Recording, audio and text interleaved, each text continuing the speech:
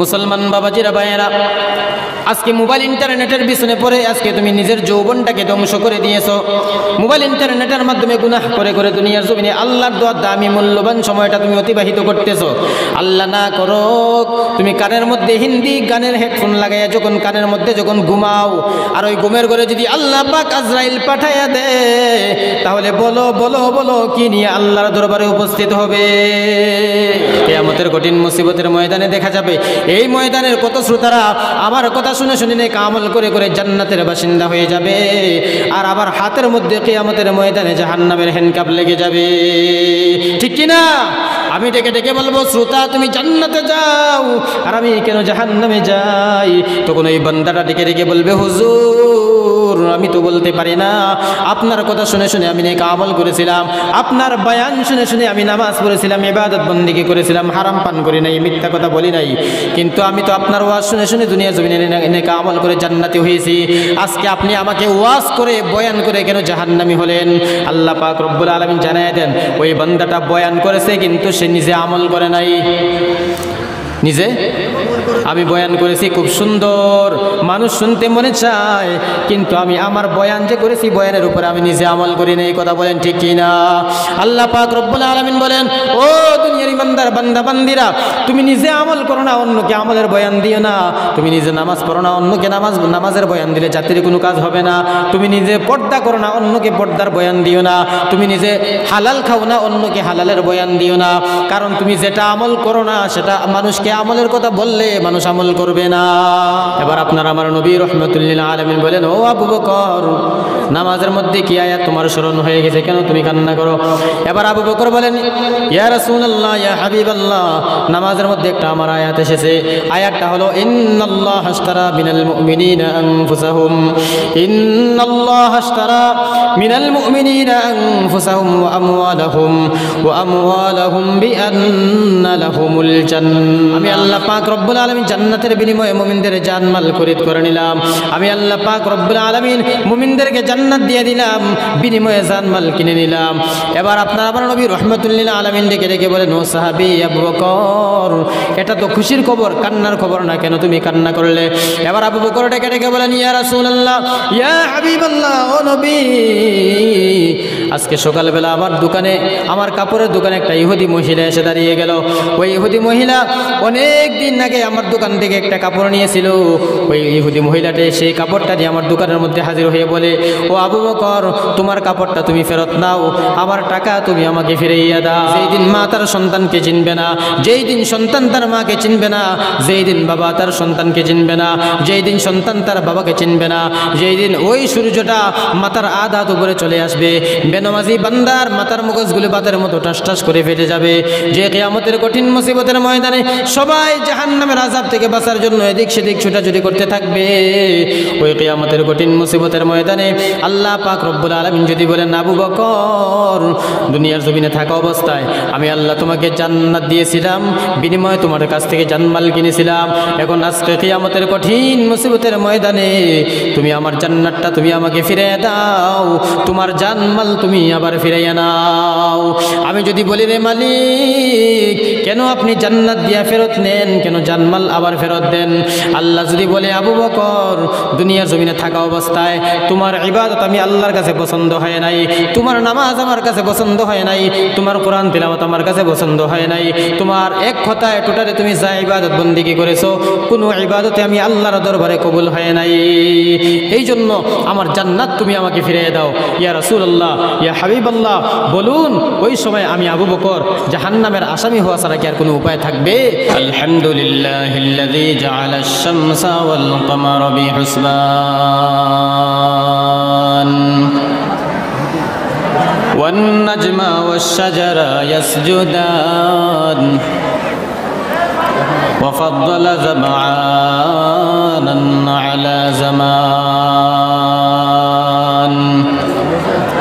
كما فضل مكانا على مكان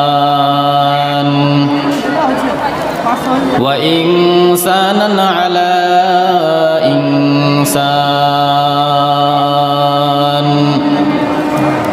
ونشهد أن لا إله إلا الله وحده لا شريك له لا ضد له ولا ند له ولا مثل له ونشهد أن سيدنا وسندنا وحبيبنا وحبيب ربنا وطبيبنا وطبيب قلوبنا ومولانا محمدا عبده ورسوله صلى الله تعالى عليه وعلى آله وأصحابه وبارك وسلم تسليما كثيرا كثيرا الذي أرسله الله تعالى بالحق بشيرا ونذيرا وداعيا إلى الله بإذنه وسراجا منيرا أما بعد فأعوذ بالله من الشيطان الرجيم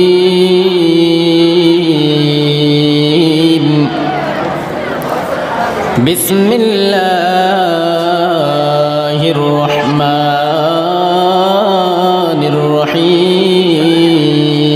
الرحيم الذي خلق الموت والحياة ليبلوكم أيكم أحسن عملا وهو العزيز الغفور وقال رسول الله صلى الله تعالى عليه وسلم كل أمتي يدخلون الجنة أو كما قال النبي عليه الصلاة والسلام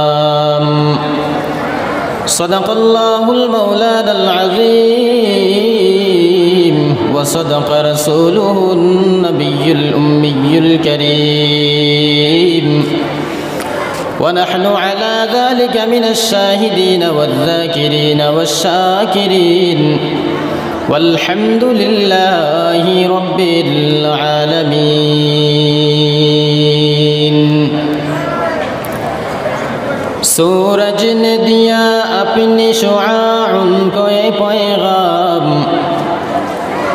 सूरज ने दिया अपनी शुआ उनको ये पैगाम दुनिया है अजब चीज़ कभी सुबह कभी शाम दुनिया है अजब चीज़ कभी सुबह कभी शाम दुनिया में हो दुनिया का तलबगार नहीं हो दुनिया में हो दुनिया का तलबगार नहीं हो बाजार से गुजर हो खरीदार नहीं हो बाजार से गुजर हो खरीदार नहीं हो एक चश्मे ज़दन गाफिल अदा शाह नबाशी एक चश्मे ज़दन गाफिल अदा शाह नबाशी शायद कि निगाहें को नदागाह नबाशी शायद कि निगाहें को नदागाह नबाशी उल्फत में बराबर की वफा हो के जफा हो उल्फत में बराबर की वफा हो के जफा हो हर चीज़ में लज्जत है अगर दिल में मज़ा हो हर चीज़ में लज्जत है अगर दिल में मज़ा हो मोहब्बत अल्लाह पाकेर एकटु जिकिर करी ला इलाहा इल्लल्लाह ला इलाहा इल्लल्लाह ला इलाहा इल्लल्लाह ला इलाहा করতে পারেন না? জিকির করলে অসুবিধা হয়? কারো সমস্যা আছে জিকির করতে? আওয়াজ করে বলুন, কারো কোনো সমস্যা আছে? জিকির করলে গুনাহ হয় না সওয়াব হয়? জোরে বলুন। তাহলে আমার সাথে উচ্চ আওয়াজে ইসলামের আওয়াজকে উঁচু করে, ইমানের আওয়াজকে উঁচু করে উচ্চ কণ্ঠে আওয়াজ করে বলুন, লা ইলাহা ইল্লাল্লাহ, লা ইলাহা ইল্লাল্লাহ, লা ইলাহা ইল্লাল্লাহ, লা ইলাহা ইল্লাল্লাহ, লা ইলাহা। সজদা করব না গায়রুল্লাহ, সজদা করব ইল্লাল্লাহ, সজদা করব না গায়রুল্লাহ, সজদা করব ইল্লাল্লাহ।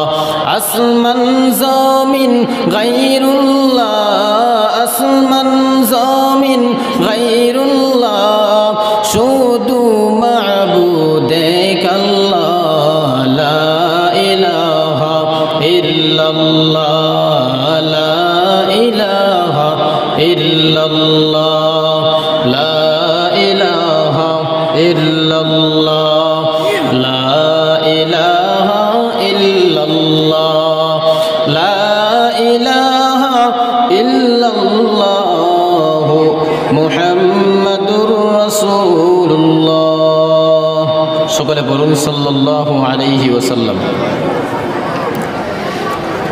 আলহামদুলিল্লাহ।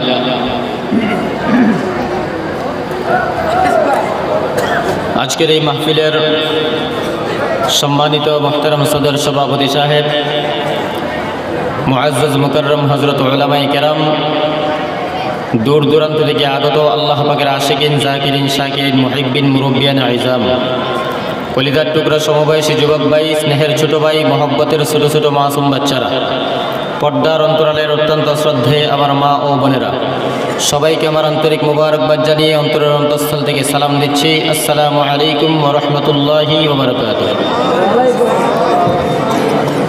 সর্বোপরি মহান আল্লাহ পাক রব্বুল আলামিনের দরবারে লাখো কোটি শুকর সুজুদ যে মহান মালিক আল্লাহ অত্যন্ত দয়া মায়া মহব্বত করে ভালোবেসে দুনিয়ার সর্বপ্রকার কাজ থেকে বিরত রেখে দুনিয়ার সর্বপ্রকার জায়জামেলা থেকে হিফাজত করে দুনিয়ার জমিনের মধ্যে সবচেয়ে উত্তম জায়গা জান্নাতের বাগান, বেহেশতের বাগান, উলামায়ে কেরামদের মজলিস, ফেরেশতাদের মজলিস তথা গুনাহ মাফের মজলিসে 10 মায়ের 10 সন্তানকে যাচাই বাছাই করে রহমত প্রাপ্ত বান্দা করে আল্লাহ পাক রব্বুল আলামিন কুরআন এবং হাদিসের আলোকে কিছু কথা শোনার এবং মানার তৌফিক আল্লাহ আমাদেরকে দান করেছেন।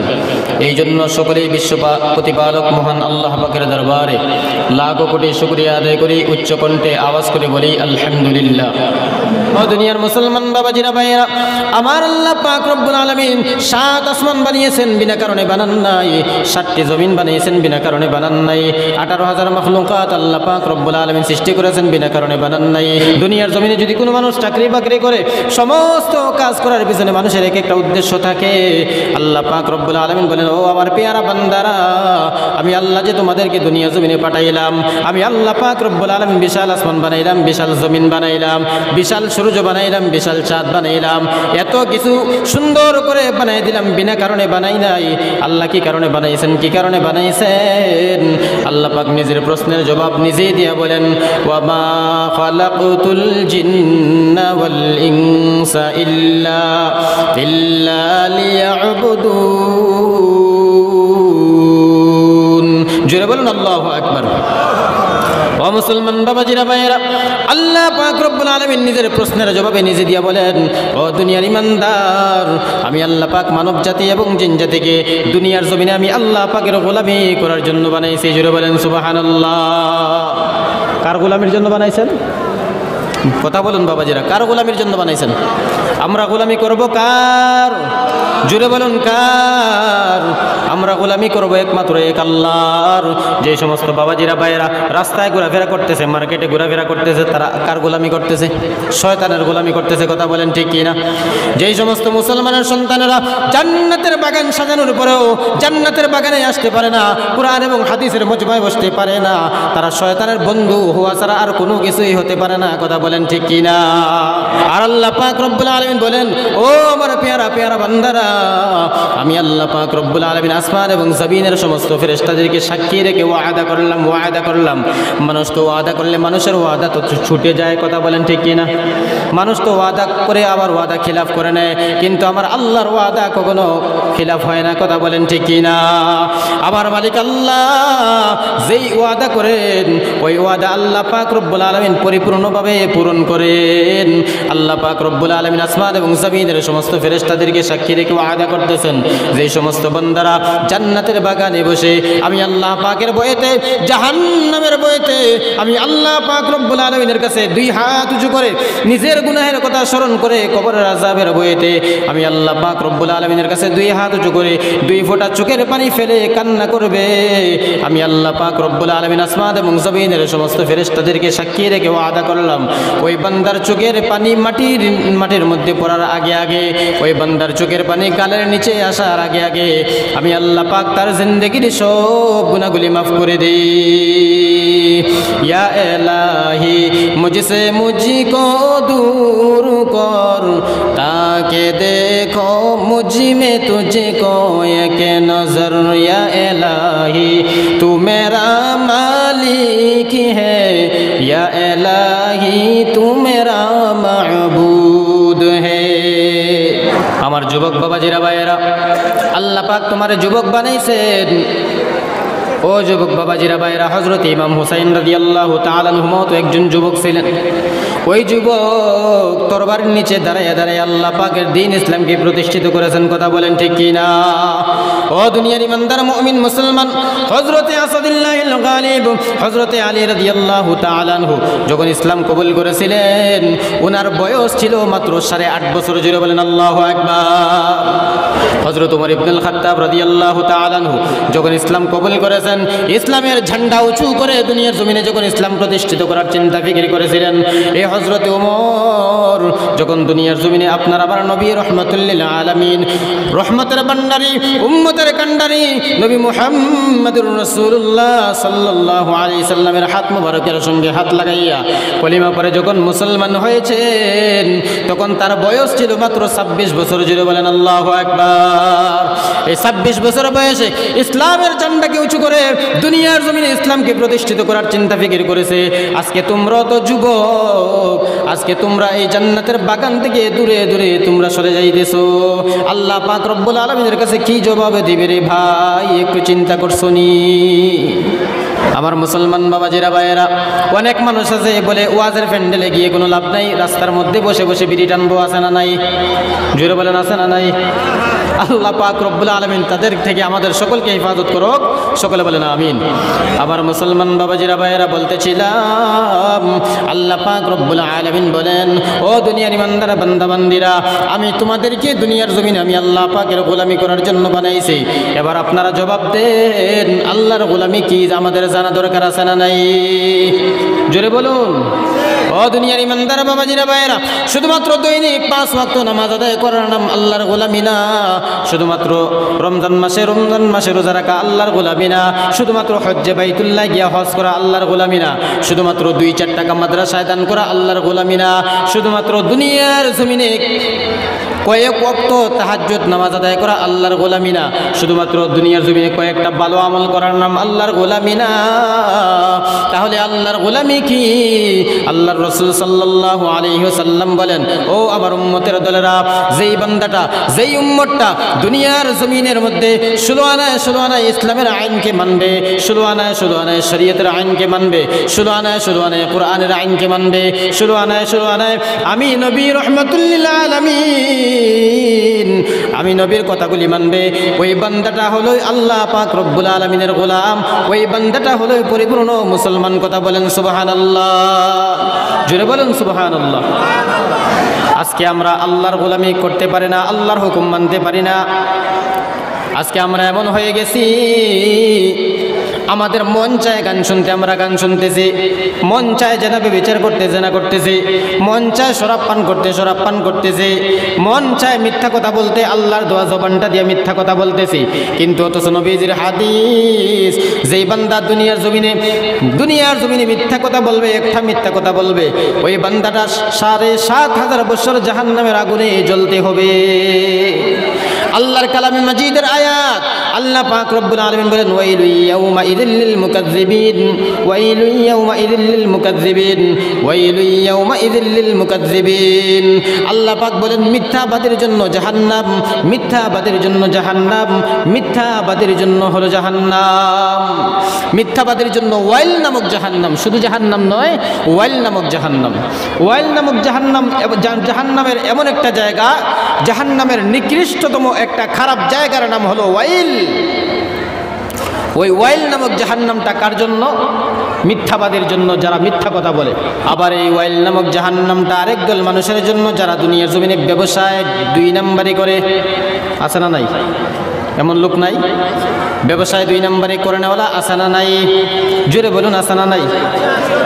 অথচ আল্লাহর রাসূল সাল্লাল্লাহু আলাইহি ওয়াসাল্লাম বলেন, ও আমার উম্মতের দল, যেই উম্মতেরা দুনিয়া জমিনে হক ব্যবসা করবে, হালাল ব্যবসা করবে, আমি নবীজির তরিকায় ব্যবসা করবে, আমি নবী বললাম তুমি উম্মত কিয়ামতের কঠিন মুসিবতের ময়দানে আমি নবীর সঙ্গে একসাথে জান্নাতের মধ্যে থাকবে। আবার মুসলমান বাবাজিরা ভাইরা, গীবত, অপবাদ, পরনিন্দা যারা করে তাদের জন্য ওয়াইল নামক জাহান্নাম। ও দুনিয়ার ইমানদার, আল্লাহর নবী একদিন মসজিদ নববীর মধ্যে বসে রয়েছেন। হযরতে আব্দুল্লাহ ইবনে মাসউদ রাদিয়াল্লাহু তাআলা আনহু থেকে হাদিসটা বর্ণিত। আল্লাহর নবী একদিন মজমার মধ্যে মসজিদ নববীর মধ্যে বসে রয়েছেন, সাহাবায়ে কেরাম বসে রয়েছে। এক লোক উঠে যাইতেছে, আর এক লোক এসে তার বদনাম করতেছে, তার গীবত করতেছে।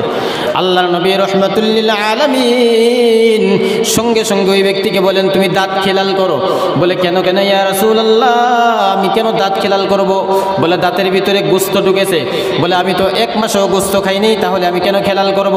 বলে এই যে আপন মুসলমান ভাই, তুই একজন মুসলমান হইয়া আর একজন মুসলমানের গীবত করলি, শিকায়াত করলি, পিছনে পিছনে দোষ ত্রুটি বললি, এই জন্য তুই আপন মোরা ভাইয়ের মাংস তুই খেলি, আপন মৃত ভাইয়ের মাংস তুই খেয়েছো, এই জন্য তুমি দাঁত খেলাল করো। এই জন্য আমরা পরনিন্দা করব না, গীবত করব না, শিকায়াত করব না, আমরা সমালোচনা করব না, আমরা মিথ্যা কথা বলবো না, আল্লাহর দেওয়া জবানটা দিয়ে হারাম পান করব না। বলুন ইনশাআল্লাহ, জোরে বলুন ইনশাআল্লাহ। আবার মুসলমান বাবাজিরা ভাইয়েরা, আরেকজন ব্যক্তির জন্য ওয়াইল নামক জাহান্নাম। কার জন্য? নামাজিদের জন্য। কার জন্য? নামাজিদের জন্য, যারা নামাজ পড়ে, মুসল্লি যারা, তাদের জন্য ওয়াইল নামক জাহান্নাম। আল্লাহ পাক রব্বুল আলামিন বলেন, আরাআইতাল্লাযী ইউকাযযিবু বিদ্দীন ফাযালিকাল্লাযী ইয়াদউল ইয়াতীম ওয়া লা ইয়াহুদ্দু আলা তুআমিল মিসকিন। পরের আয়াত কি? ফাওয়াইলুল লিল মুসাল্লিন। আসনা নাই?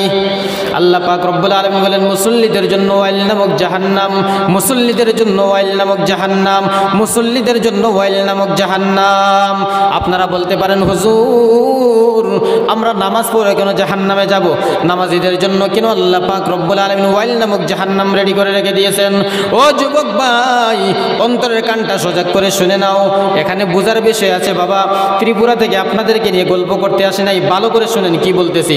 আজকে রাত্রে বালিশের সঙ্গে মাথাটা লাগাইয়া চিন্তা করবা, কি বললাম আর ওয়াজের মধ্যে গেলাম, কি শুনলাম, কি মানলাম, কি আমরা পেলাম। ও দুনিয়ার ইমানদার, আল্লাহর নবী রাহমাতুল লিল আলামিন বলেন, কিছু কিছু নামাজি দুনিয়ার জমিনের মধ্যে আছে, তারা নামাজ আদায় করে ফেরেশতারা উপরের দিকে লানত করতে থাকে। আছে না নাই? নামাজে আসলে নামাজের হক আদায় করে, নামাজ আদায় করে না। নাই? এমন এমন নামাজি আছে, দেখবেন আপনি ফজরেও নাই, জোহরেও নাই, আসরেও নাই, মাগরিবেও নাই, এশায় নাই, কিন্তু জুমার দিনে সবার আগে আগে মসজিদে হাজির আছে না নাই? ইমাম সাহেবের সামনে গিয়া ধাক্কায় গিয়া বসছে, দামি যায় নামাজ নিয়া, আছে না নাই? আল্লাহ পাক রব্বুল আলামিন বলেন, ও নামাজি বান্দারা, নামাজটা যদি নামাজের মতো বড়, তাহলে ওই নামাজ তোমার জান্নাতের তালার চাবি হয়ে যাবে, আর ওই নামাজ তোমাকে দুনিয়ার জমিনে সমস্ত রকমের অন্যায় কাজ থেকে ফিরাইয়া দিবে। আর নামাজটা যদি নামাজের মতো না হয়, ওই নামাজ তোমাকে জাহান্নামের মধ্যে নিয়ে যাবে। জোরে বলেন নাউযুবিল্লাহ।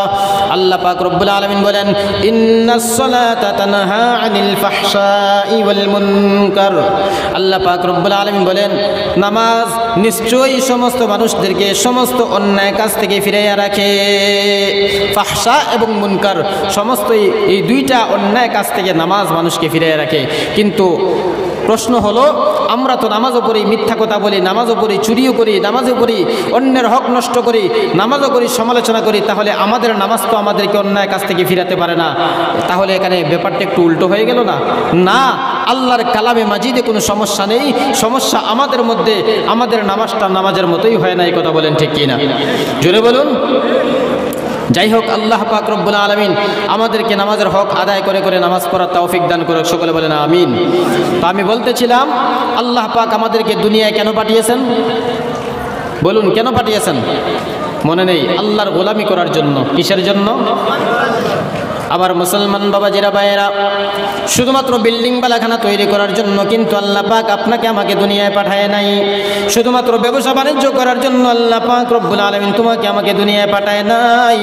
আল্লাহ পাক রব্বুল আলামিন শুধুমাত্র তোমাকে আমাকে দুনিয়ার জমিনে নিজের ইচ্ছা মতো মন গড়া, ইচ্ছা মতো চলাফেরা করার জন্য পাঠায় নাই। ও যুবক ভাই, আল্লাহ পাক তোমাকে রাত্রিবেলা অবহিত প্রেম ভালোবাসা করার জন্য আল্লাহ পাক তোমাকে দুনিয়ায় পাঠায় নাই। এমন এমন যুবক বাবাজিরা ভাইয়েরা আছে, রাত্রে 3টার সময় দেখা যায় লেপের ভিতরে বাতি জ্বলে, আছে না নাই?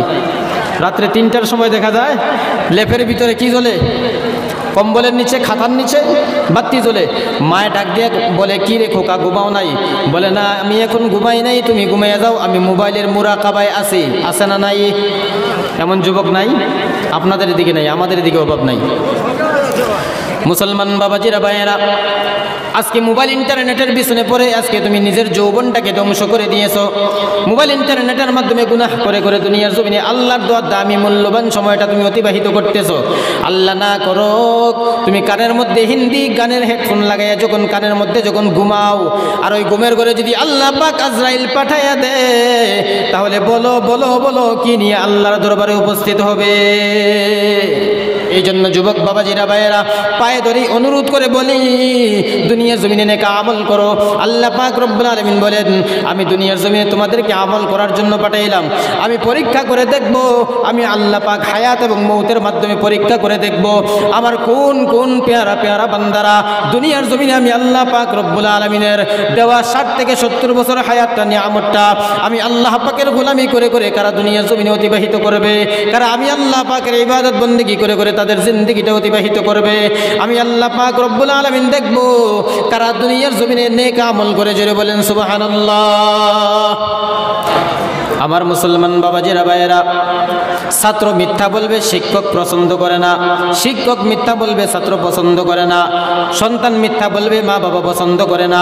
মা বাবা মিথ্যা বলবে, সন্তান পছন্দ করে না। মুসলমান মিথ্যা বলবে, ইহুদি পছন্দ করে না।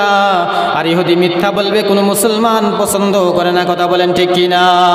মিথ্যা কথা বলে এটা একটা অন্যায় কাজ। এটা বোঝার জন্য দলিল পর্যন্ত যেতে হয় না। বিবেক নামক দলিল বুঝে ফেলেছে, ওটা অন্যায় কাজ।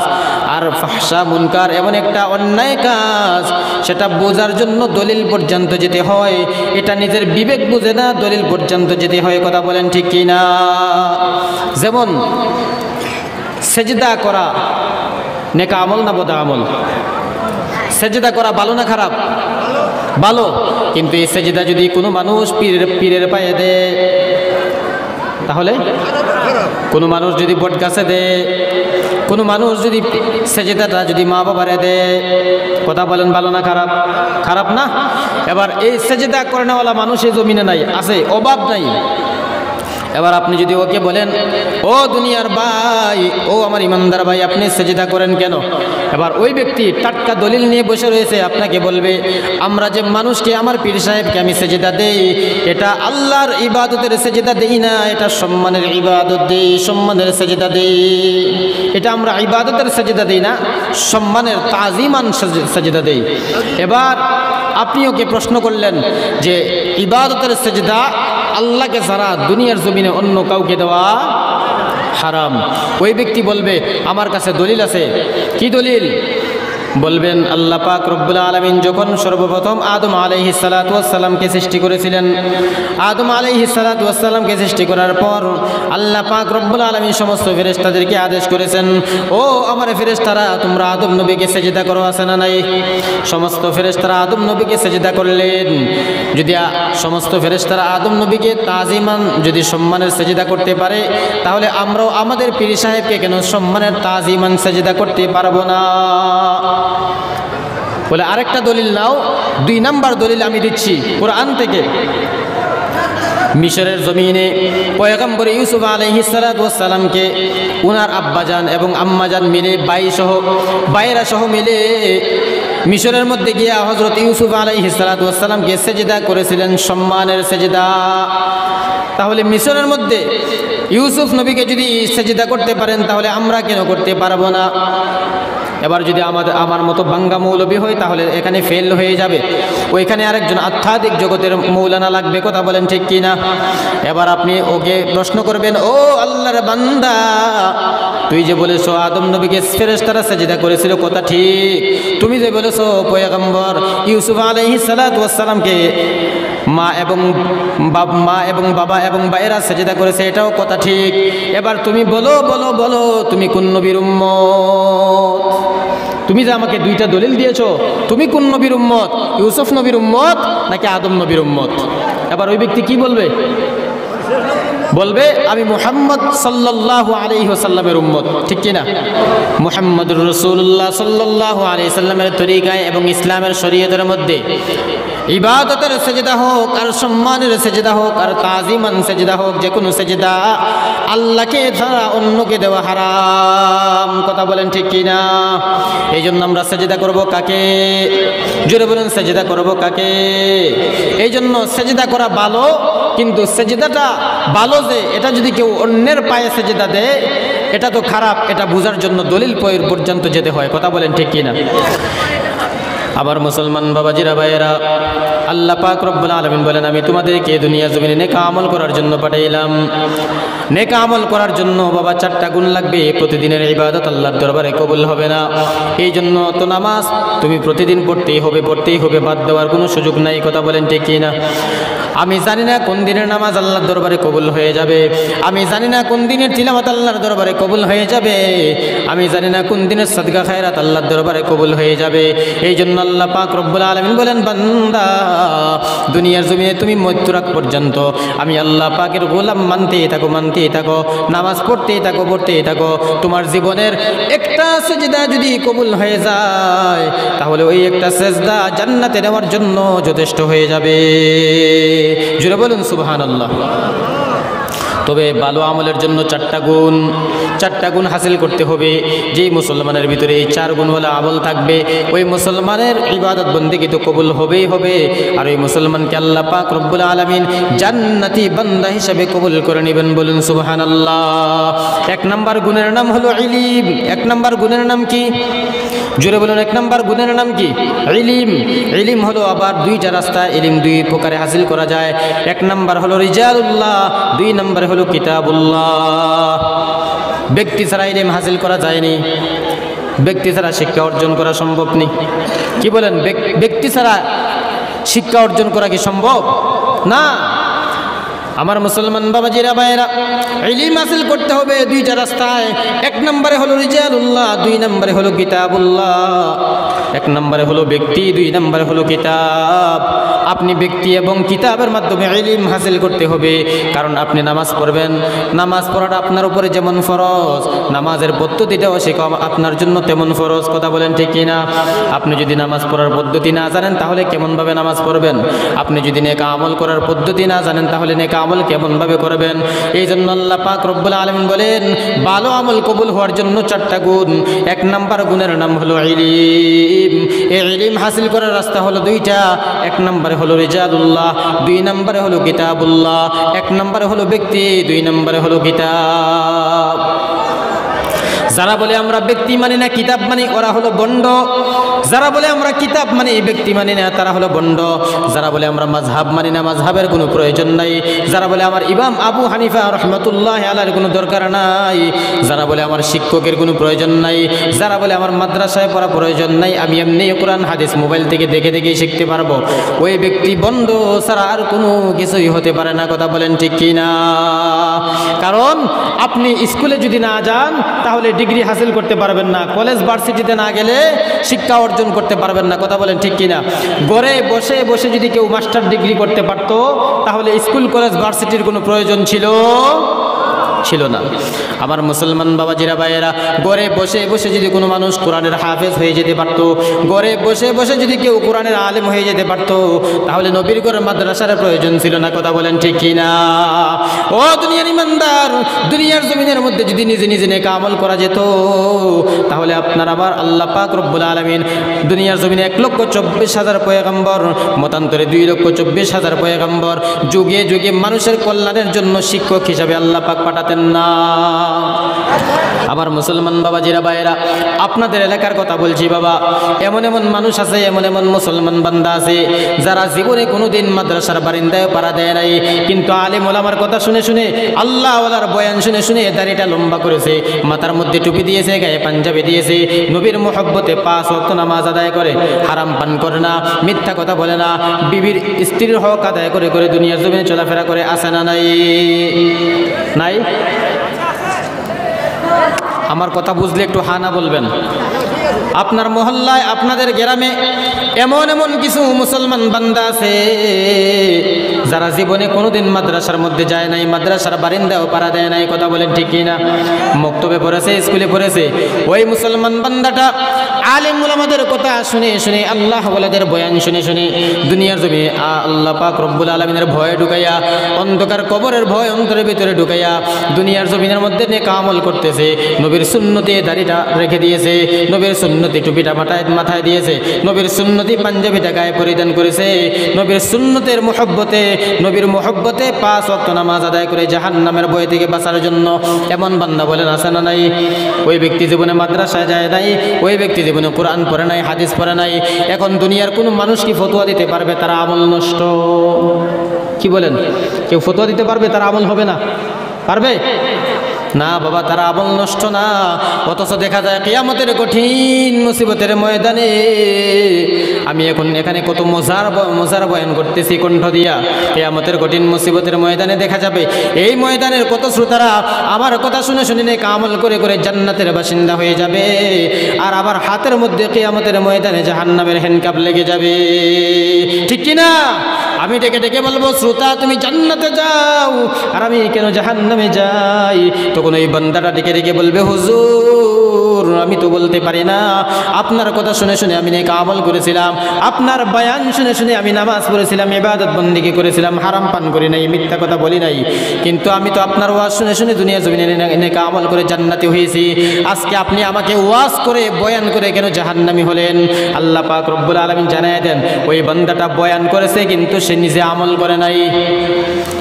নিজে আমি বয়ান করেছি খুব সুন্দর, মানুষ শুনতে মনে চায়, কিন্তু আমি আমার বয়ান যে করেছি বয়ানের উপরে আমি নিজে আমল করি না। এই কথা বলেন ঠিক কিনা? আল্লাহ পাক রব্বুল আলামিন বলেন, ও দুনিয়ার ইমানদার বান্দা বান্দিরা, তুমি নিজে আমল করো না, অন্যকে আমলের বয়ান দিও না। তুমি নিজে নামাজ পড়ো না, অন্যকে নামাজের বয়ান দিলে জাতির কোনো কাজ হবে না। তুমি নিজে পর্দা করো না, অন্যকে পর্দার বয়ান দিও না। তুমি নিজে হালাল খাও না, অন্যকে হালালের বয়ান দিও না। কারণ তুমি যেটা আমল করো না সেটা মানুষকে আমলের কথা বললে মানুষ আমল করবে না।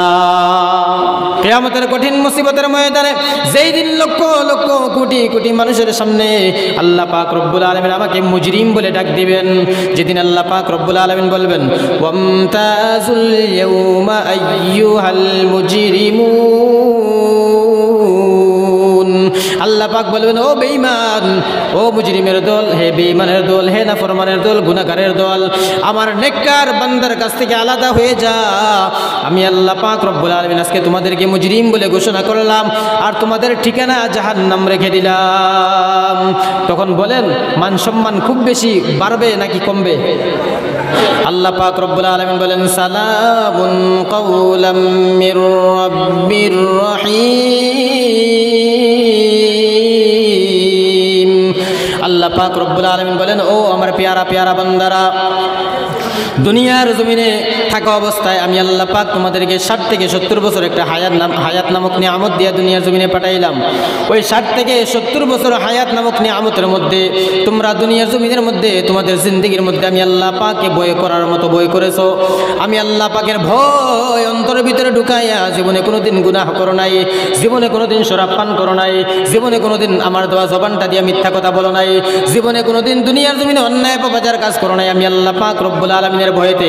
এই জন্য কিয়ামতের কঠিন মুসিবতের ময়দানে আমি আল্লাহ তোমাদেরকে পুরস্কারে পুরস্কৃত করলাম। জুড়ে বলেন সুবহানাল্লাহ। কি পুরস্কার, কি পুরস্কার! আল্লাহ পাক বলেন সমস্ত মানুষের সামনে আমি আল্লাহ তোমাদেরকে জান্নাতি বলে ঘোষণা করে দিলাম। আমার আরশে আজিমের ছায়া তুলে তোমাদেরকে আশ্রয় দান করলাম, আর তোমাদের আমলনামা ডান হাতের মধ্যে দান করলাম, আর তোমাদেরকে বিনা হিসাবে জান্নাতের মালিক বানিয়ে দিলাম। জুড়ে বলেন সুবহানাল্লাহ। তাহলে আমরা বিনা হিসাবে জান্নাতে যেতে চাই? কারা কারা হাত উঠান তো। নারে তাকবীর। আল্লাহ কবুল করুক, সকলে বলেন আমিন। আবার মুসলমান বাবাজিরা ভাইয়েরা, বিনা হিসাবে জান্নাতে যেতে গেলে আমাদেরকে নেক আমল করতে হবে। কথা বলেন ঠিক কিনা? কি করতে হবে? নেক আমল করতে হবে। আর এই নেক আমল আল্লাহর দরবারে কবুল হওয়ার জন্য 4টা গুণ আমাদেরকে অর্জন করতে হবে।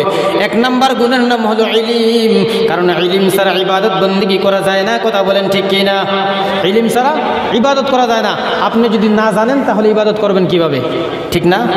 আপনার জানা থাকলে না ইবাদত বন্দেগী করতেন। আপনার যদি নামাজ পড়াটা আপনি জানেন, নামাজের পদ্ধতিটা যদি আপনার জানা থাকে, আপনি মাঠে ঘাটে যে কোনো জায়গায় নামাজ পড়তে পারবেন। ঠিক কিনা? আর যদি আপনার পদ্ধতি জানা না থাকে তাহলে কাবা শরীফের সামনে গিয়ে নামাজ পড়লে নামাজ হবে না, কারণ আমি নামাজই পড়তে জানি না। এই জন্য নেক আমলের জন্য কয়টা গুণ? 4টা গুণ। 1 নাম্বার গুণের নাম কি? ইলম। ইলম হাসিল করার রাস্তা কয়টা? 2টা। 1 নম্বরে হলো রিজালুল্লাহ, 2 নম্বরে হলো কিতাবুল্লাহ। 1 নম্বরে হলো ব্যক্তি, 2 নম্বরে হলো কিতাব। এই জন্য আল্লাহ আগে ব্যক্তি দুনিয়ায় পাঠিয়েছেন, কিতাব পরে পাঠিয়েছেন। কথা বলেন ঠিক কিনা? আর 2 নম্বর গুণের নাম হলো ইখলাসে নিয়ত। 2 নম্বর গুণের নাম কি? সহি নিয়ত। নেক আমল আল্লাহর দরবারে কবুল হতে গেলে সহি নিয়তের প্রয়োজন, ইখলাসের নিয়তের প্রয়োজন, ইখলাসের নিয়তের প্রয়োজন। কথা বলেন ঠিক কিনা? আজকে আমরা ইবাদত বন্দেগী করব, নামাজ পড়ব, নামাজটা যদি আল্লাহর জন্য না হয়, নামাজটা যদি মানুষকে দেখানোর জন্য নামাজ হয়, তাহলে এই নামাজ কবুল হবে? জুড়ে বলেন হবে? আজকে আমাদের সমাজে এমন এমন মানুষ আছে বাবা, মানুষের সামনে যখন দাঁড়ায় মানুষকে দেখানোর জন্য 4 রাকাত নামাজের মধ্যে 15 মিনিট লাগাইয়া দেয়, আসে না নাই? আর যখন নিজে একা একা নামাজ আদায় করে তখন দেখা যায় 5 মিনিটের মধ্যে 20 রাকাত নামাজ শেষ, আসে না নাই? তাহলে বোঝা গেল এই নামাজটা আল্লাহর জন্য হয় নাই, এই নামাজটা মানুষকে দেখানোর জন্য নামাজ হয়েছে। কথা বলেন ঠিক কি না? এক বিয়াই চিনেননি? বিয়াই কাকে বলে? এক বিয়াই অপর বিয়াইয়ের বাড়ির মধ্যে গেছে মেহমান হয়ে, যাওয়ার পরে বিয়াই বলতেছে খানা দানা শেষ করে নেন। বিয়াই সাহেব বলে না না, এখন খাওয়া দাওয়া করবো না, আগে নামাজ আদায় করবো। বলে তাই নাকি? বলে হ্যাঁ। এবার নতুন বিয়াই বলতেছে আমার বিয়াই বড় ভালো, নামাজ না আদায় করা ছাড়া খানা খায় না। এবার বিয়াইকে যখন নামাজের মুসল্লা দেওয়া হলো, নামাজের মুসল্লা দেওয়ার পর ওই ব্যক্তি আসরের নামাজ পড়বে 4 রাকাত, পড়তে পড়তে দেখা যায় পড়েছে 20 রাকাত। আসরের নামাজ কয় রাকাত? 4 রাকাত। ফরজের জায়গায় কত রাকাত পড়ছে?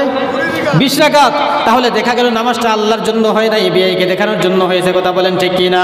এবার বিআই সাহেব প্রশ্ন করে, ও বিআই, আমি তো জানি আসরের নামাজ হলো ফরজ হলো 4 রাকাত, তাহলে আপনি 20 রাকাত কোথায় পেলেন? এবার এই নতুন বিআই বলে, বিআই সাহেব আপনি জানেন না আমি 20 রাকাত কেন পড়লাম? বলে না না জানি না। বলে 4 রাকাতে যদি আল্লাহ খুশি না হয় তাহলে কি 20 রাকাতে যদি আল্লাহ খুশি না হয় তোমার 4 রাকাতে কি খুশি হবে? বলে 20 রাকাত পরেও তো আল্লাহ খুশি হয় কিনা সন্দেহ আছে, 4 রাকাতে কি খুশি হবে? এই জন্য 20 রাকাত আদায় করলাম। আবার মুসলমান বাবাজিরা ভাইয়েরা, এই জন্য নামাজটা হবে আল্লাহর জন্য। কার জন্য? জোরে বলুন কার জন্য?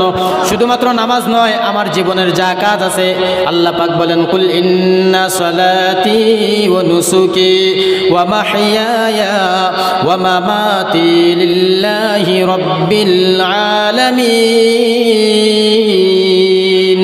আল্লাহ পাক রব্বুল আলামিন বলো, হে মুমিন বলো, আমার নামাজ, আমার ইবাদত, আমার কুরবানি, আমার জান, আমার মাল, আমার যা কিছু আছে সমস্ত কিছু হবে কার জন্য?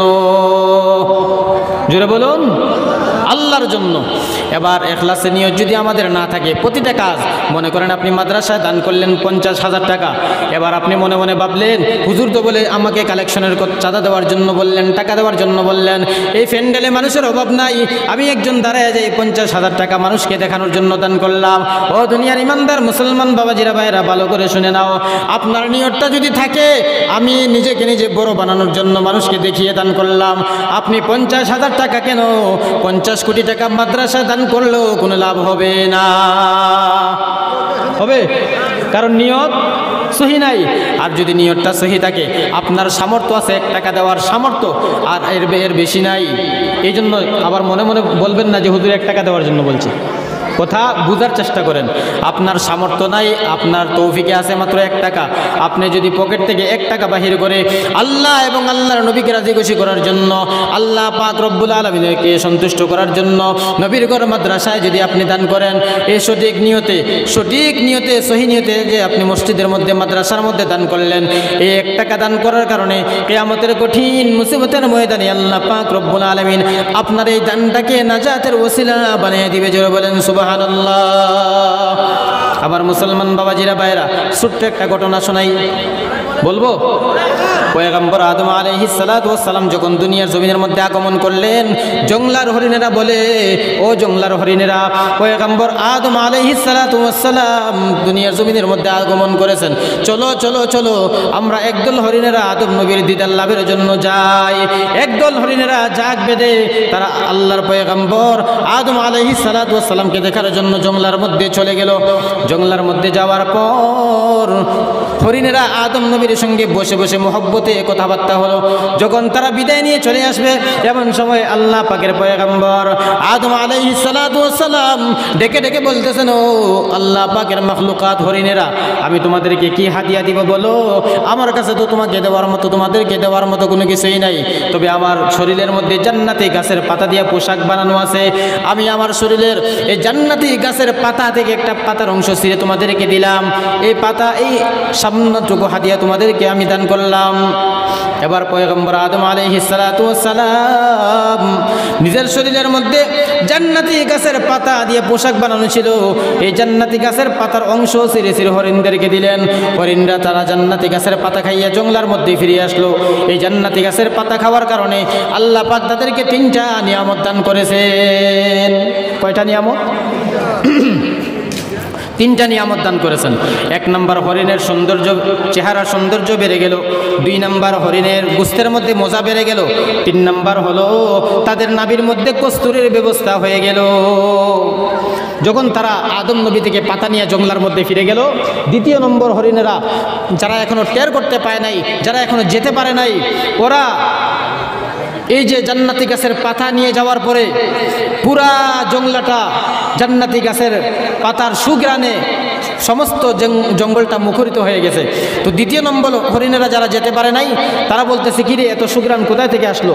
এবার ওই হরিণকে জিজ্ঞাসা করে এত সুগ্রাণ তোমরা কোথায় পেলে বলো।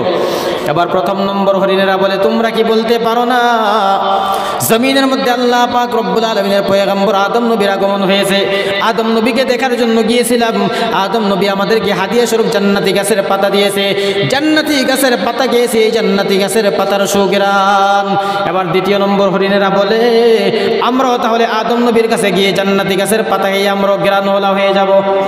এবার বলুন তো দ্বিতীয় নম্বর হরিণেরা যে বলল আমরাও আদম নবীর কাছে গিয়ে জান্নাতি গাছের পাতা নিয়ে আমরাও সুগ্রানওয়ালা হয়ে যাব। এবার আপনারা বলুন ওই দ্বিতীয় নম্বর হরিণের দলের নিয়ত সহি আসেনি? কি বলেন, নিয়ত সহি নাকি তাদের নিয়তের মধ্যে বেজাল, নিয়তের মধ্যে বড় বেজাল। তারা যখন আদম নবীর কাছে যখন গেলেন, আদম নবী তাদেরকেও প্রথম নম্বর হরিণের মতো জান্নাতি গাছের পাতা দিলেন, তারাও জান্নাতি গাছের পাতা খাইয়ে জঙ্গলের মধ্যে ফিরে আসলো। ফিরে আসার পর আজীব কারবার, তাদের মধ্যে 3টা নিয়ামত হয় নাই, তাদের মধ্যে হয়েছে 2টা। তারা 3টা নিয়ামত পায় নাই, তারা নিয়ামত পেয়েছে কয়টা? 2টা। তাদের চেহারার সৌন্দর্য বেড়ে গেল, তাদের গোস্তের মধ্যে মজা বেড়ে গেল, তাদের নাভির মধ্যে আর কস্তুরীর ব্যবস্থা হয় নাই। এই জন্য লক্ষ্য করে দেখবেন সুন্দর বনে হরিণের কোনো অভাব নেই, চিড়িয়াখানায় হরিণের অভাব নেই, কিন্তু নাভির মধ্যে কস্তুরী সব হরিণের মধ্যে পাওয়া যায় না। কথা বলেন ঠিক কিনা? বলুন না বাবাজিরা ভাইয়েরা, ঠিক কিনা? আমার মুসলমান বাবাজিরা ভাইয়েরা, এবার দ্বিতীয় নম্বর হরিণেরা বলে কি ব্যাপার আমাদেরটার মধ্যে কোনো অ্যাকশন নাই কেন, কোনো জ্ঞান নাই কেন? এবার দ্বিতীয় নম্বর হরিণেরা বলে আমাদেরটার মধ্যে কোনো জ্ঞান নাই কেন? প্রথম নম্বর হরিণদেরকে বলেন ও হরিণের দল তোমরা তো জ্ঞান পেয়েছো কিন্তু আমরা পাই নাই কেন বলো। এবার প্রথম নম্বর হরিণেরা বলে আমরা তো বলতে পারি না, চলো চলো চলো ব্যাখ্যা বিশ্লেষণের জন্য আদম নবীর কাছে চলো। তারা দুজনে মিলে আবার আদম নবীর দরবারে রওনা। আদম নবীর কাছে যাওয়ার পর আদম আলাইহিস সালাতু ওয়াস সালাম ব্যাখ্যা বিশ্লেষণ করে বাহির করে দিলেন, ও প্রথম নম্বর হরিণের দল তোমরা তো আমি নবীকে দেখার জন্য এসেছিলে, তোমরা তো জান্নাতি গাছের পাতা খাওয়ার জন্য আসো নাই, তোমাদের নিয়ত সহি ছিল। তোমরা তো আমি নবীকে দেখার জন্য এসেছিলে, আমি নবীর দিদার লাভের জন্য এসেছিলে। কথা বলেন ঠিক কিনা? দ্বিতীয় নম্বর হরিণেরা আমি নবীকে দেখার জন্য আসে নাই, তারা আমার দিদার লাভের জন্য আসে নাই, তারা এসেছে জান্নাতি গাছের পাতা নেওয়ার জন্য। কথা বলেন ঠিক কিনা? এই জন্য আল্লাহ পাক রব্বুল আলামিন তাদের নিয়তের মধ্যে বেজাল থাকার কারণে তাদেরকে 2টা দিয়েছেন আর 3 নম্বরটা দেয় নাই। এই জন্য ও দুনিয়ার ইমানদার, যেই সমস্ত মুসলমান বাবাজিরা ভাইয়েরা দুনিয়ার জমিনের মধ্যে নেক আমল করবেন সহি নিয়ত নিয়া, আল্লাহ পাক রব্বুল আলামিন বলেন বান্দা তুমি কি করতেছো দুনিয়ার কোনো মানুষ জানে না, কিন্তু আমি আল্লাহ পাক সমস্ত কিছু জানি। তুমি যদি ভালো আমল করো কিসের জন্য করেছো আমি জানি, তুমি যদি খারাপ আমল করো কিসের জন্য করেছো আমি জানি। আজকে আমি বক্তা হয়ে এখানে বসলাম, বক্তা বাপ, কিন্তু আমি কেমন বড় বক্তা এটা আমার মাওলা জানে কিনা? কথা বলেন জানে কিনা? আমি কেমন মনের মানুষ দুনিয়ার কোনো মানুষ জানে না, কিন্তু কে জানে? আল্লাহ সমস্ত কিছু জানে। এই জন্য দুনিয়ার ইমানদার বাবাজিরা ভাইয়েরা দুনিয়ার জমিনে নেক আমল করানোওয়ালা হয়ে যাও, ভালো আমল করানোওয়ালা হয়ে যাও। ভালো আমল আল্লাহর দরবারে কবুল হওয়ার জন্য 4টা গুণ। 1 নম্বর গুণের নাম হলো ইলম, 2 নম্বর গুণের নাম হলো সহি নিয়ত, আর 3 নম্বর গুণের নাম হলো ধৈর্য। 3 নম্বর গুণের নাম কি? ধৈর্য, সবর। ধৈর্য মানে বুঝতে পেরেছেন তো? সবর করা, সবর এখতিয়ার করা। আজকে আমাদের মধ্যে কোনো সবর এখতিয়ার নেই, ধৈর্য নেই, ঠিক না? এত নিয়ামত আল্লাহ আমাদেরকে দিয়েছেন, তারপরও আমরা বলি আল্লাহ আমাদেরকে কি দিয়েছেন, আল্লাহ আমাদেরকে কি দিয়েছেন বলি না। আবার একটু মুসিবত আসলেই আমরা আল্লাহকে গালি দিতে মোটেও দেরি করি না। আমরা বলি আল্লাহকে শুধু আমাকেই চৌকে দেখে আর কাউকে দেখে না। আমি এত ইবাদত বন্দেগী করি, আল্লাহ আমাকেই মুসিবত দিয়ে দেয় বলে কি বলে না বাবাজিরা ভাইরা? কিন্তু না, যে সমস্ত বান্দা বান্দিরা দুনিয়ার জমিনের মধ্যে মুসিবতের সময়, কারণ মুসিবত দেওয়ার মালিক কে? জোরে বলুন, মুসিবত দেওয়ার মালিক কে? বিপদ দেওয়ার মালিক কে? আবার বিপদ থেকে উদ্ধার করার মালিক কে? যে আল্লাহ বিপদ দিছে ওই আল্লাহ আবার বিপদ থেকে উদ্ধার করবেন। কথা বলেন ঠিক কি না? ও দুনিয়ার ইমানদার, যে সমস্ত বান্দা বান্দিরা বিপদ এবং মুসিবতের সময় সবর এখতিয়ার করবে, ধৈর্য ধারণ করবে। আল্লাহ পাক রব্বুল আলামিন বলেন ওই ধৈর্য ধারণকারী বান্দাদেরকে কিয়ামতের কঠিন মুসিবতের ময়দানে আমি আল্লাহ তাদেরকে বিনা হিসাবে জান্নাতে দিয়ে দিব। আল্লাহ পাক বলেন বিনা হিসাবে তাদেরকে জান্নাতে দিয়ে দিব। আল্লাহ পাক রব্বুল আলামিন বলেন ইন্নামা ইউওয়াফাস সাবিরুনা আজরাহুম ইন্নামা ইউওয়াফাস সাবিরুনা আজরাহুম বিগাইরি হিসাব। আল্লাহ পাক রব্বুল আলামিন বলেন ধৈর্য ধারণকারী বান্দাদেরকে কিয়ামতের কঠিন মুসিবতের ময়দানে আমি আল্লাহ পাক ডাক দিব আর বলবো যাও, তোমাদের কোনো হিসাব নাই, কোনো জবাব নাই, কোনো প্রশ্নের উত্তর দিতে হবে না, বিনা হিসাবে আমার জান্নাতে চলে যাও। দুইটা জিনিসের মাধ্যমে আল্লাহ পাক রব্বুল আলামিনের সাহায্য নাও হে মুমিন। এক নম্বর গুণের নাম হলো ধৈর্য, দুই নম্বর গুণের নাম হলো নামাজ। বিশ্ববেরি ওয়াসসালা, এক নম্বর গুণের নাম হলো ধৈর্য, দুই নম্বর গুণের নাম হলো নামাজ। যেই বান্দাটা মুসিবতের সময় সবর এখতিয়ার করবে, ধৈর্য ধারণ করবে আর নামাজ আদায় করবে, নামাজের মধ্যে দাঁড়াইয়া দাঁড়াইয়া আল্লাহ পাক রব্বুল আলামিনের দরবারে চোখের পানি ছেড়ে ছেড়ে কান্না করবে, হে দয়ার মালিক, দুনিয়ার জমিনে তুমি ছাড়া আমার আর কোনো ইলাহা নাই, তুমি ছাড়া আমার আর কোনো রব নাই, তুমি ছাড়া আমার আর কোনো বন্ধু নাই, তুমি ছাড়া আমার আর কোনো মালিক নাই। ও আল্লাহ, মুসিবত তুমি দিয়েছো, আমার মুসিবত থেকে তুমি উদ্ধার করবে। এমন বলে বলে যেই বান্দাটা আল্লাহ পাক রব্বুল আলামিনের কাছে সাহায্য চাইবে, আল্লাহ পাক রব্বুল আলামিন বলেন ওই বান্দাটাকে আমি আল্লাহ সাহায্য করতে মোটেও দেরি করব না। জোরে বলেন সুবহানাল্লাহ। আপনার আমার নবী রাহমাতুল লিল আলামিন, আপনার আমার নবী উম্মতের কান্ডারি, রহমতের ভান্ডারি, রহমাতুল লিল আলামিন মসজিদ নববীর মধ্যে দাঁড়ানো, নামাজের মুসল্লায় দাঁড়ানো, ইকামত শুরু হয়ে গেছে, নবীজি নামাজের মুসল্লায় দাঁড়ানো। এমন সময় নবীজির একজন সাহাবী দৌড়ে এসে নামাজের মধ্যে শরীক হয়ে গেছে। আবার নবীজি যখন সালাম ফিরায়, আসসালামু আলাইকুম ওয়া রাহমাতুল্লাহ, আসসালামু আলাইকুম ওয়া রাহমাতুল্লাহ, সাহাবী সঙ্গে সঙ্গে দৌড়াইয়া আবার বাড়ি চলে যায়। অন্যান্য সাহাবায়ে কেরামরা নবীর কাছে নালিশ করলেন, ইয়া রাসূলুল্লাহ, ইয়া হাবিবাল্লাহ, আমরা নামাজের আগে অ্যাডভান্স আপনার কাছে এসে বসে থাকি আপনার আলোচনা শোনার জন্য, আপনার বয়ান শোনার জন্য, আপনার দোয়া নেওয়ার জন্য, কিন্তু অমুক সাহাবী নামাজের আগেও আসে না, নামাজের পরেও বসে না, যখন ইকামত শুরু হয়ে যায় তখন সে দৌড়ে এসে নামাজের মধ্যে শরীক হয়ে যায়। আপনার আমার নবী রাহমাতুল লিল আলামিনের অভ্যাস ছিল, কোনো বান্দা কোনো মানুষ যদি একটা কথা একটা অভিযোগ তিনবার না করত তাহলে নবীজি এই কথাটা অভিযোগটা কানে নিতেন না। জুড়ে বলেন সুবহানাল্লাহ। আজকে তো আমরা আমাদের কাছে যদি কেউ আরেকজনের নামে দোষ বলে আমরা এটা যাচাই বাছাই করা ছাড়া তাকে আমরা বিভিন্ন রকমের গালিগালাজ শুরু করে দেই। কথা বলেন ঠিক কিনা? কিন্তু না, নবীজির অভ্যাস ছিল, নবীজি আগে এটাকে ব্যাখ্যা বিশ্লেষণ করবেন, যাচাই বাছাই করবেন, দেখবেন কতটুকু সত্য কতটুকু মিথ্যা, তারপরে ওই ব্যক্তির উপরে অ্যাকশন নেবেন। এটা হলো ইসলামের আইন। কিন্তু আজকে আমরা এটা করি না।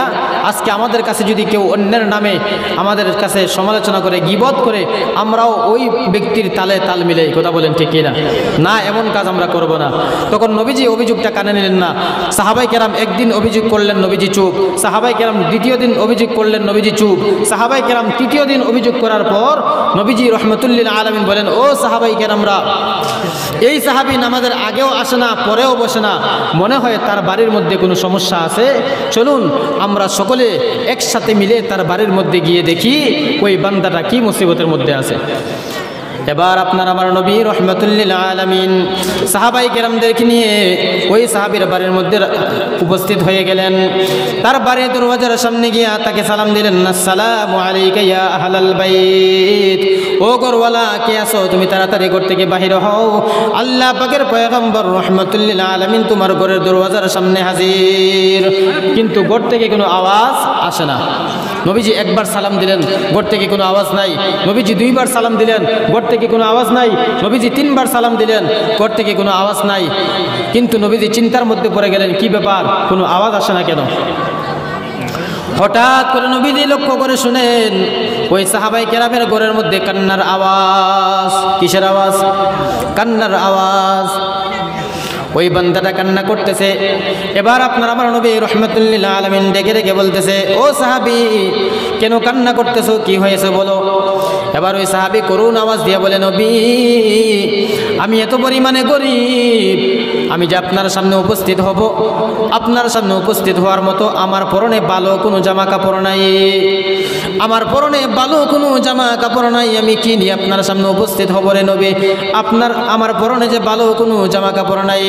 আপনার আমার নবী রাহমাতুল্লিল আলামিন বলেন, ও সাহাবী, যে কাপড়টা তোমার গায়ে আছে ওই কাপড়টা পরিধান করে আমার সামনে তুমি হাজির হও। ওই সাহাবায়ে কেরাম একটা পুরাতন ছিঁড়াপড়া কাপড় গায়ে দিয়ে নবীর সামনে উপস্থিত হয়ে গেলেন। চোখের পানি ছেড়ে ছেড়ে কান্না করতেছেন আর বলতেছেন, ইয়া রাসূলুল্লাহ, ইয়া হাবিবাল্লাহ, এই যে ছোট্ট একটা ঘর আপনি দেখতেছেন, এই ঘরের মধ্যে আমরা দুইজন স্বামী স্ত্রী ছাড়া আর কেউ নাই। আমরা দুইজন স্বামী স্ত্রী বসবাস করে এই ঘরের মাঝখানের মধ্যে একটা গর্ত বানায় রেখেছি, ঘরের মাঝখানে একটা গর্ত বানায় রেখেছে। যখন নামাজের সময় যখন হয়ে যায়, মসজিদে নববীর মধ্যে যখন আজানের আওয়াজ দিয়ে দেয়, আজানের আওয়াজ যখন আমার কানের মধ্যে পৌঁছায়, তখন আমি গর্তের মধ্যে আমার বিবিকে রাখিয়া কাপড়টা পরিধান করে আমি মসজিদের মধ্যে গিয়া আপনার ইমামতিতে আমি নামাজের মধ্যে শরীক হয়ে যাই। জোরে বলেন সুবহানাল্লাহ। আর আপনি যখন সালাম ফিরান, সালাম ফেরানোর সাথে সাথে দৌড়ে এসে আমি আবার এই গর্তের মধ্যে নেমে আমি কাপড়টা খুলে আমার বিবিকে দেই, আমার বিবি এই কাপড় পরিধান করে নামাজ আদায় করে। সকলে জোরে বলেন আল্লাহু আকবার। তাদের মতো গরিব আপনি আর আমি হয়ে গেছি? দুইজনে মিলে একটা কাপড় পরিধান করতেন, ঘরের মাঝখানে একটা গর্ত বানিয়ে রেখেছেন, যেই গর্তের মধ্যে নামাজের সময় হয়ে গেলে বিবিকে রেখে ওই সাহাবী মসজিদের নববীর মধ্যে কাপড়টা পরিধান করে গিয়ে নামাজ আদায় করতেন। আবার নামাজ শেষ করে গর্তের মধ্যে নেমে বিবিকে কাপড় দিতেন, বিবি নামাজ আদায় করতেন। এমন গরিব তো আজকে আপনি আর আমি হই নাই। আজকে তো আমার এমন, আজকে আপনার আর আমার তো এমন সমস্যা নয়, আজকে আপনার আমার কাছে যথেষ্ট পরিমাণে আছে, আল্লাহ পাক দিয়েছেন আলহামদুলিল্লাহ। কিন্তু তারপরও আজকে আমাদের ভিতরে ধৈর্য নাই। আল্লাহ পাক বলেন, তাদের মতো ধৈর্য যদি তোমরা ধরতে পারো, তাদের মতো গুণ যদি তোমরা অর্জন করতে পারো, তাদের মতো সবর এখতিয়ার যদি বিপদ এবং মুসিবতের মধ্যে তোমরা করতে পারো, আমি আল্লাহ পাক রব্বুল আলামিন তাদেরকে দুনিয়ায় থাকা অবস্থায় যেমন জান্নাতের টিকিট হাতে দিয়েছিলাম, আমি আল্লাহ তোমাদেরকেও মৃত্যুবরণ করার পর তোমার কবরটাকে জান্নাতের বাগান বানিয়ে তোমাকে জান্নাতি হিসাবে কবুল করে নেব। সকলে বলেন সুবহানাল্লাহ। এবার আপনার আমার নবী রাহমাতুল্লিল আলামিন বলেন, ও আবু বকর, নামাজের মধ্যে কি আয়াত তোমার স্মরণ হয়ে গেছে, কেন তুমি কান্না করো? এবার আবু বকর বলেন, ইয়া রাসূলুল্লাহ, ইয়া হাবিবাল্লাহ, নামাজের মধ্যে একটা আমার আয়াত এসেছে। আয়াতটা হলো, ইন্নাল্লাহা আশতারা মিনাল মুমিনিনা আনফুসাহুম, ইন্নাল্লাহা আশতারা মিনাল মুমিনিনা আনফুসাহুম ওয়া আমওয়ালাহুম বিআন্না লাহুমুল জান্নাহ। যে আয়াতের তরজমায় আরশে আজিমের মালিক আল্লাহ ডেকে ডেকে বলেন, আমি আল্লাহ পাক রব্বুল আলামিন মুমিনদের জান মালের বিনিময়ে আমি আল্লাহ পাক মুমিনদেরকে জান্নাত দিয়ে দিলাম। আমি আল্লাহ পাক রব্বুল আলামিন জান্নাতের বিনিময়ে মুমিনদের জান মাল খরিদ করে নিলাম। আমি আল্লাহ পাক রব্বুল আলামিন মুমিনদেরকে জান্নাত দিয়ে দিলাম, বিনিময়ে জান মাল কিনে নিলাম। এবার আপনার আবার নবী রাহমাতুল্লিল আলামিন ডেকে ডেকে বলেন, ও সাহাবী আবু বকর, এটা তো খুশির খবর, কান্নার খবর না, কেন তুমি কান্না করলে? এবার আবু বকর ডেকে ডেকে বলেন, ইয়া রাসূলুল্লাহ, ইয়া হাবিবাল্লাহ, ও নবী, আজকে সকালবেলা আমার দোকানে, আমার কাপড়ের দোকানে একটা ইহুদি মহিলা এসে দাঁড়িয়ে গেল। ওই ইহুদি মহিলা অনেক দিন আগে আমার দোকান থেকে একটা কাপড় নিয়েছিল। ওই ইহুদি মহিলাটি সেই কাপড়টা নিয়ে আমার দোকানের মধ্যে হাজির হয়ে বলে, ও আবু বকর, তোমার কাপড়টা তুমি ফেরত নাও, আমার টাকা তুমি আমাকে ফিরিয়ে দাও। আমি ডেকে ডেকে বলি, রে মা, অনেক দিন আগে আপনি আমার কাছ থেকে, আপনি আমার দোকান থেকে এই কাপড়টা নিয়েছেন, এখন কেন আপনি আমার কাপড়টা আমাকে ফিরিয়ে দেন? কেন আপনি আবার আপনার টাকাটা ফেরত চান? এবার ওই ইহুদি মহিলা বলে, আবু বকর, তোমার দোকানের কাপড় আমার পছন্দ হয় নাই, এই জন্য দাও দাও দাও, আমার টাকা ফিরিয়ে দাও। তোমার দোকানের কাপড় আমার পছন্দ হয় নাই, এই জন্য তোমার কাপড়টা তুমি নিয়ে নাও, আমার টাকাটা তুমি আমাকে দিয়ে দাও।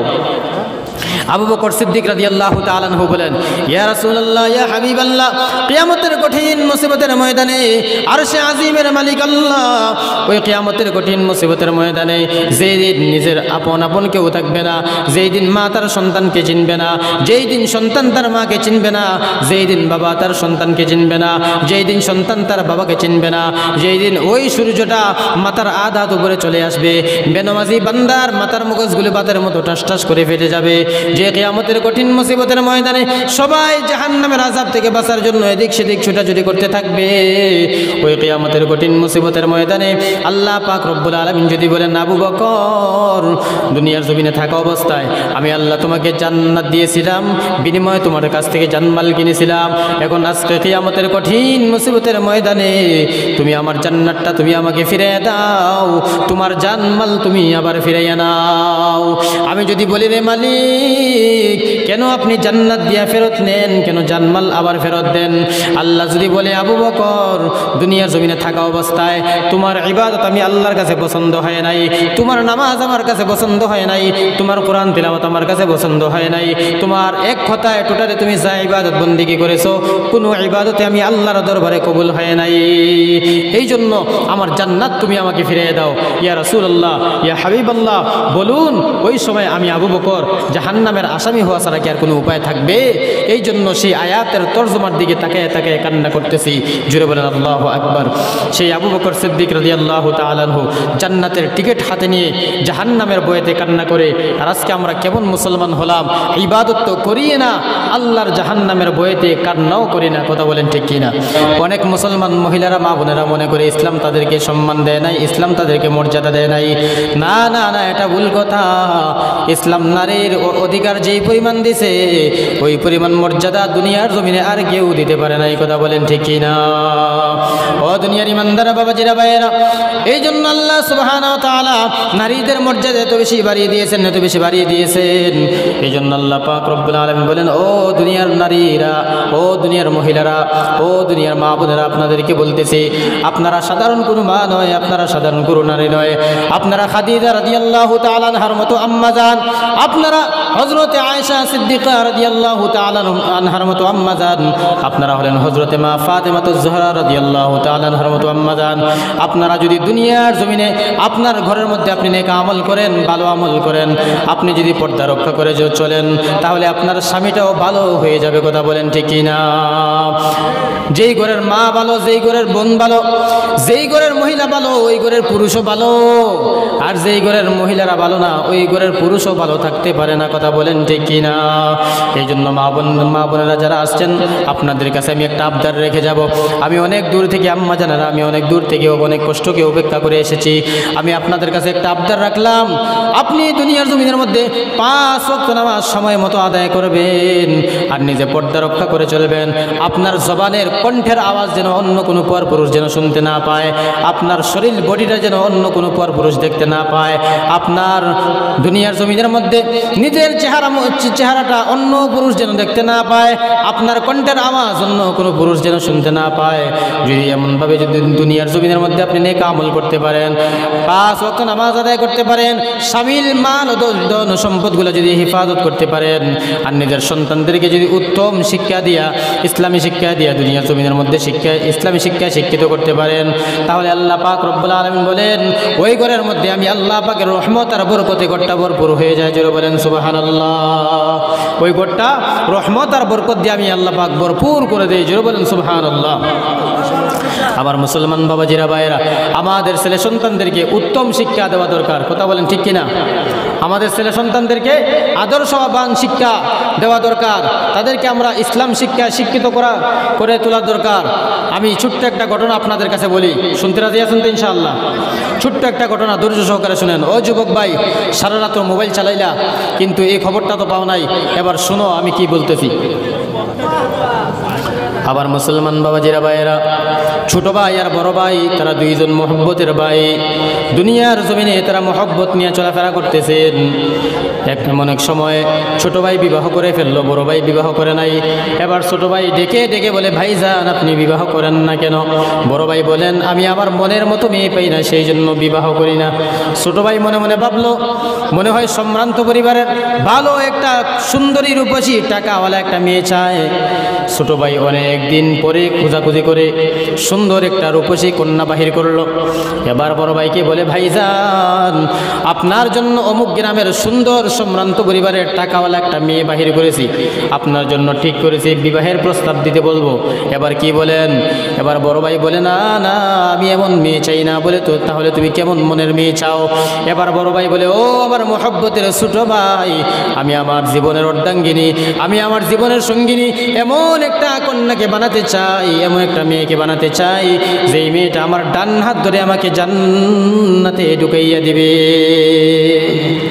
যেই মেয়েটা আমার ডান হাত ধরে আমাকে জান্নাতের মধ্যে নিয়ে যাবে। জোরে বলেন সুবহানাল্লাহ। এবার ছোট ভাই বলতেছে, এমন মেয়ে কোনোদিন তুমি পাবে না, এমন মেয়ে তোমার কপালে নাই, সুতরাং তোমার বিবাহ হবে না। বড় ভাই বলতেছেন, ক্বালান নবী সাল্লাল্লাহু আলাইহি ওয়াসাল্লাম, ইন্নামাল আ'মালু বিন্নিয়াত, আও কামা ক্বালান নবী আলাইহিস সালাতু ওয়াসসালাম। ও আমার মহব্বতের ছোট ভাই, আমার নিয়তটা যদি সহি হয়, আর শাহিমের মালিক আল্লাহ আমাকে একদিন না একদিন মিলাইয়া দিবে। কথা বলেন ঠিক কিনা? নিয়ত যদি ঠিক থাকে, আল্লাহ একদিন না একদিন আমাকে অবশ্যই দিবে। এমন করে অনেক দিন চলে গেল। চলে যাওয়ার পর হঠাৎ করে একদিন এই বড় ভাই খবর পেল, তার পাশের গ্রামে এক আল্লাহওয়ালা বুজুর্গানে দিন আসেন, মসজিদের মধ্যে থাকেন, এলাকার মা বোনদের, এলাকার মানুষের জন্য দোয়া করেন, পানি পোড়া দেন, ফু দেন। 2-4 দিন থেকে আবার চলে যায়। ওই আল্লাহর বান্দাটা খবর পেয়ে পরের দিন সকালে ওই মসজিদে গিয়ে ফজরের নামাজ আদায় করলো। ওই মসজিদে গিয়ে ফজরের নামাজ আদায় করে হুজুরের সঙ্গে সালাম দিয়ে মুসাফা করলো, আসসালামু আলাইকুম ওয়া রাহমাতুল্লাহ। হুজুর, আপনি মেহেরবানি করে আমার জন্য একটু দোয়া করবেন। বলে, বাবা তুমি কি করো? বলে, হুজুর আমি ব্যবসা করি। বলে, বাবা তোমার বিবাহ হয়েছে নাকি? এবার ছেলেটা বলে, না হুজুর আমার বিবাহ হয় নাই। বলে, তোমার বয়স কত? বলে, বয়স এই। বলে, বয়সের সীমানা তো পার হয়ে যায়, কেন বিবাহ করো না? এবার আল্লাহর বান্দাটা ডেকে ডেকে বলে, ও হুজুর, আমি আমার জীবনের অর্ধাঙ্গিনী, আমি আমার জীবন সঙ্গিনী এমন একটা মেয়েকে বানাতে চাই, যেই মেয়েটা আমার ডান হাত ধরে আমাকে জান্নাতের মধ্যে নিয়ে যাবে। হুজুর, আল্লাহ যেন আমাকে এমন একটা মেয়ে মিলাইয়া দেয়, আমার জন্য দোয়া করবেন। হুজুর দোয়া করবেন করবেন ভাব, এমন সময় মসজিদের জানালার ফাঁক দিয়ে একটা কচি কণ্ঠের আওয়াজ, আসসালামু আলাইকুম ওয়া রাহমাতুল্লাহ। তো হুজুর সালামের জবাব দিয়ে বললেন, কি ব্যাপার, তুমি একটা মেয়ে মানুষ, কেন মসজিদের মধ্যে এসেছো? এবার ওই মেয়েটা বলতেছে, হুজুর আমার ঘরের মধ্যে কোনো পুরুষ মানুষ নেই, আমার বাবা ঘরের মধ্যে অসুস্থ হয়ে পড়ে রয়েছে, এই জন্য দিনের বেলা তো মানুষ আপনার কাছে ভিড় থাকে, আর রাত্রিবেলা তো আপনার কাছে আসা যাবে না, এই জন্য সকাল সকাল আপনার কাছে আমি আমার বাবার জন্য, অসুস্থ বাবার জন্য একটু দোয়া চাইতে আসলাম। আপনি মেহেরবানি করে আমার বাবার জন্য একটু দোয়া করেন, যদি হায়াত থাকে আল্লাহ যেন নেক হায়াত বাড়িয়ে দেন, আর যদি হায়াত না থাকে আল্লাহ যেন ঈমানের সাথে মৃত্যু দান করেন। আপনি আমার বাবার জন্য একটু দোয়া করেন, আমার বাবার জন্য আপনার কাছে একটু দোয়া চাইতে আসলাম। এবার হুজুর বললেন, মা তোমার বয়স কত হয়েছে? বলে, আমার বয়স এত হয়েছে। তোমার বিবাহ হয়েছে? বলে, না আমার বিবাহ হয় নাই। বলে, বিবাহ হয় না কেন? বয়স তো পার হয়ে যায়। এবার ওই মেয়েটা বলে, হুজুর 1 নম্বর আমি গরিবের সন্তান, আমি গরিবের মেয়ে, 2 নম্বরে হলো আমি পর্দা রক্ষা করে চলি, আর 3 নম্বরে হলো আমি আমার জীবনসঙ্গী এমন একটা যুবককে বানাতে চাই, এমন একটা ছেলেকে বানাতে চাই, যে ছেলেটা আমার ডান হাত ধরে আমাকে জান্নাতের মধ্যে নিয়ে যাবে। জয় বলেন সুবহানাল্লাহ। তাহলে বড় ভাই কি চাইলো? এমন একটা মেয়ে যে তাকে জান্নাতে নিয়ে যাবে। এদিকে এই মেয়েটা চাইছে এমন একটা ছেলে যে তাকে জান্নাতের মধ্যে নিয়ে যাবে। তাদের দুজনের মিল, দুজনের মনে করেন চয়েস, পছন্দটা এক কিনা? এক না। দুজনের পছন্দে যখন মিলে গেল, যুবক ডেকে ডেকে বলতেছে, হুজুর এই মেয়েটার পছন্দ মনে হয় আমার সাথেই মিলে যায়, এই জন্য এই মেয়েটাকেই আমি বিবাহ করতে পারি যদি সে রাজি থাকে। যদি সে বিবাহের প্রস্তাবে রাজি থাকে আমি তাকে বিবাহ করব। আমি তাকে বিবাহের প্রস্তাব দিলাম। বলে, বাবা গরিব? বলে, গরিব লাগবে না, টাকা পয়সা কোনো কিছুই লাগবে না, শুধুমাত্র দিনদার হলেই চলবে। তখন হুজুর নিজেই মহারণার টাকা আদায় করে খুতবা পাঠ করে তাদের দুজনের মধ্যে বিবাহের বন্ধন ধরিয়ে দিলেন। এখন তারা দুইজন এক মিলে স্বামী স্ত্রী দুইজন নতুন সংসার করা শুরু করে দিয়েছে। যখন নামাজের সময় হয়ে যায়, স্বামী আগে উঠে বিবিকে স্ত্রীকে উঠাইয়া দেয়, বলে নামাজের সময় হয়ে গেছে উঠো। আবার যখন কোনো সময় বিবি আগে উঠে স্বামীকে উঠাইয়া দেয়, বলে নামাজের সময় হয়ে গেছে উঠো। আজকে আমরা কি করি?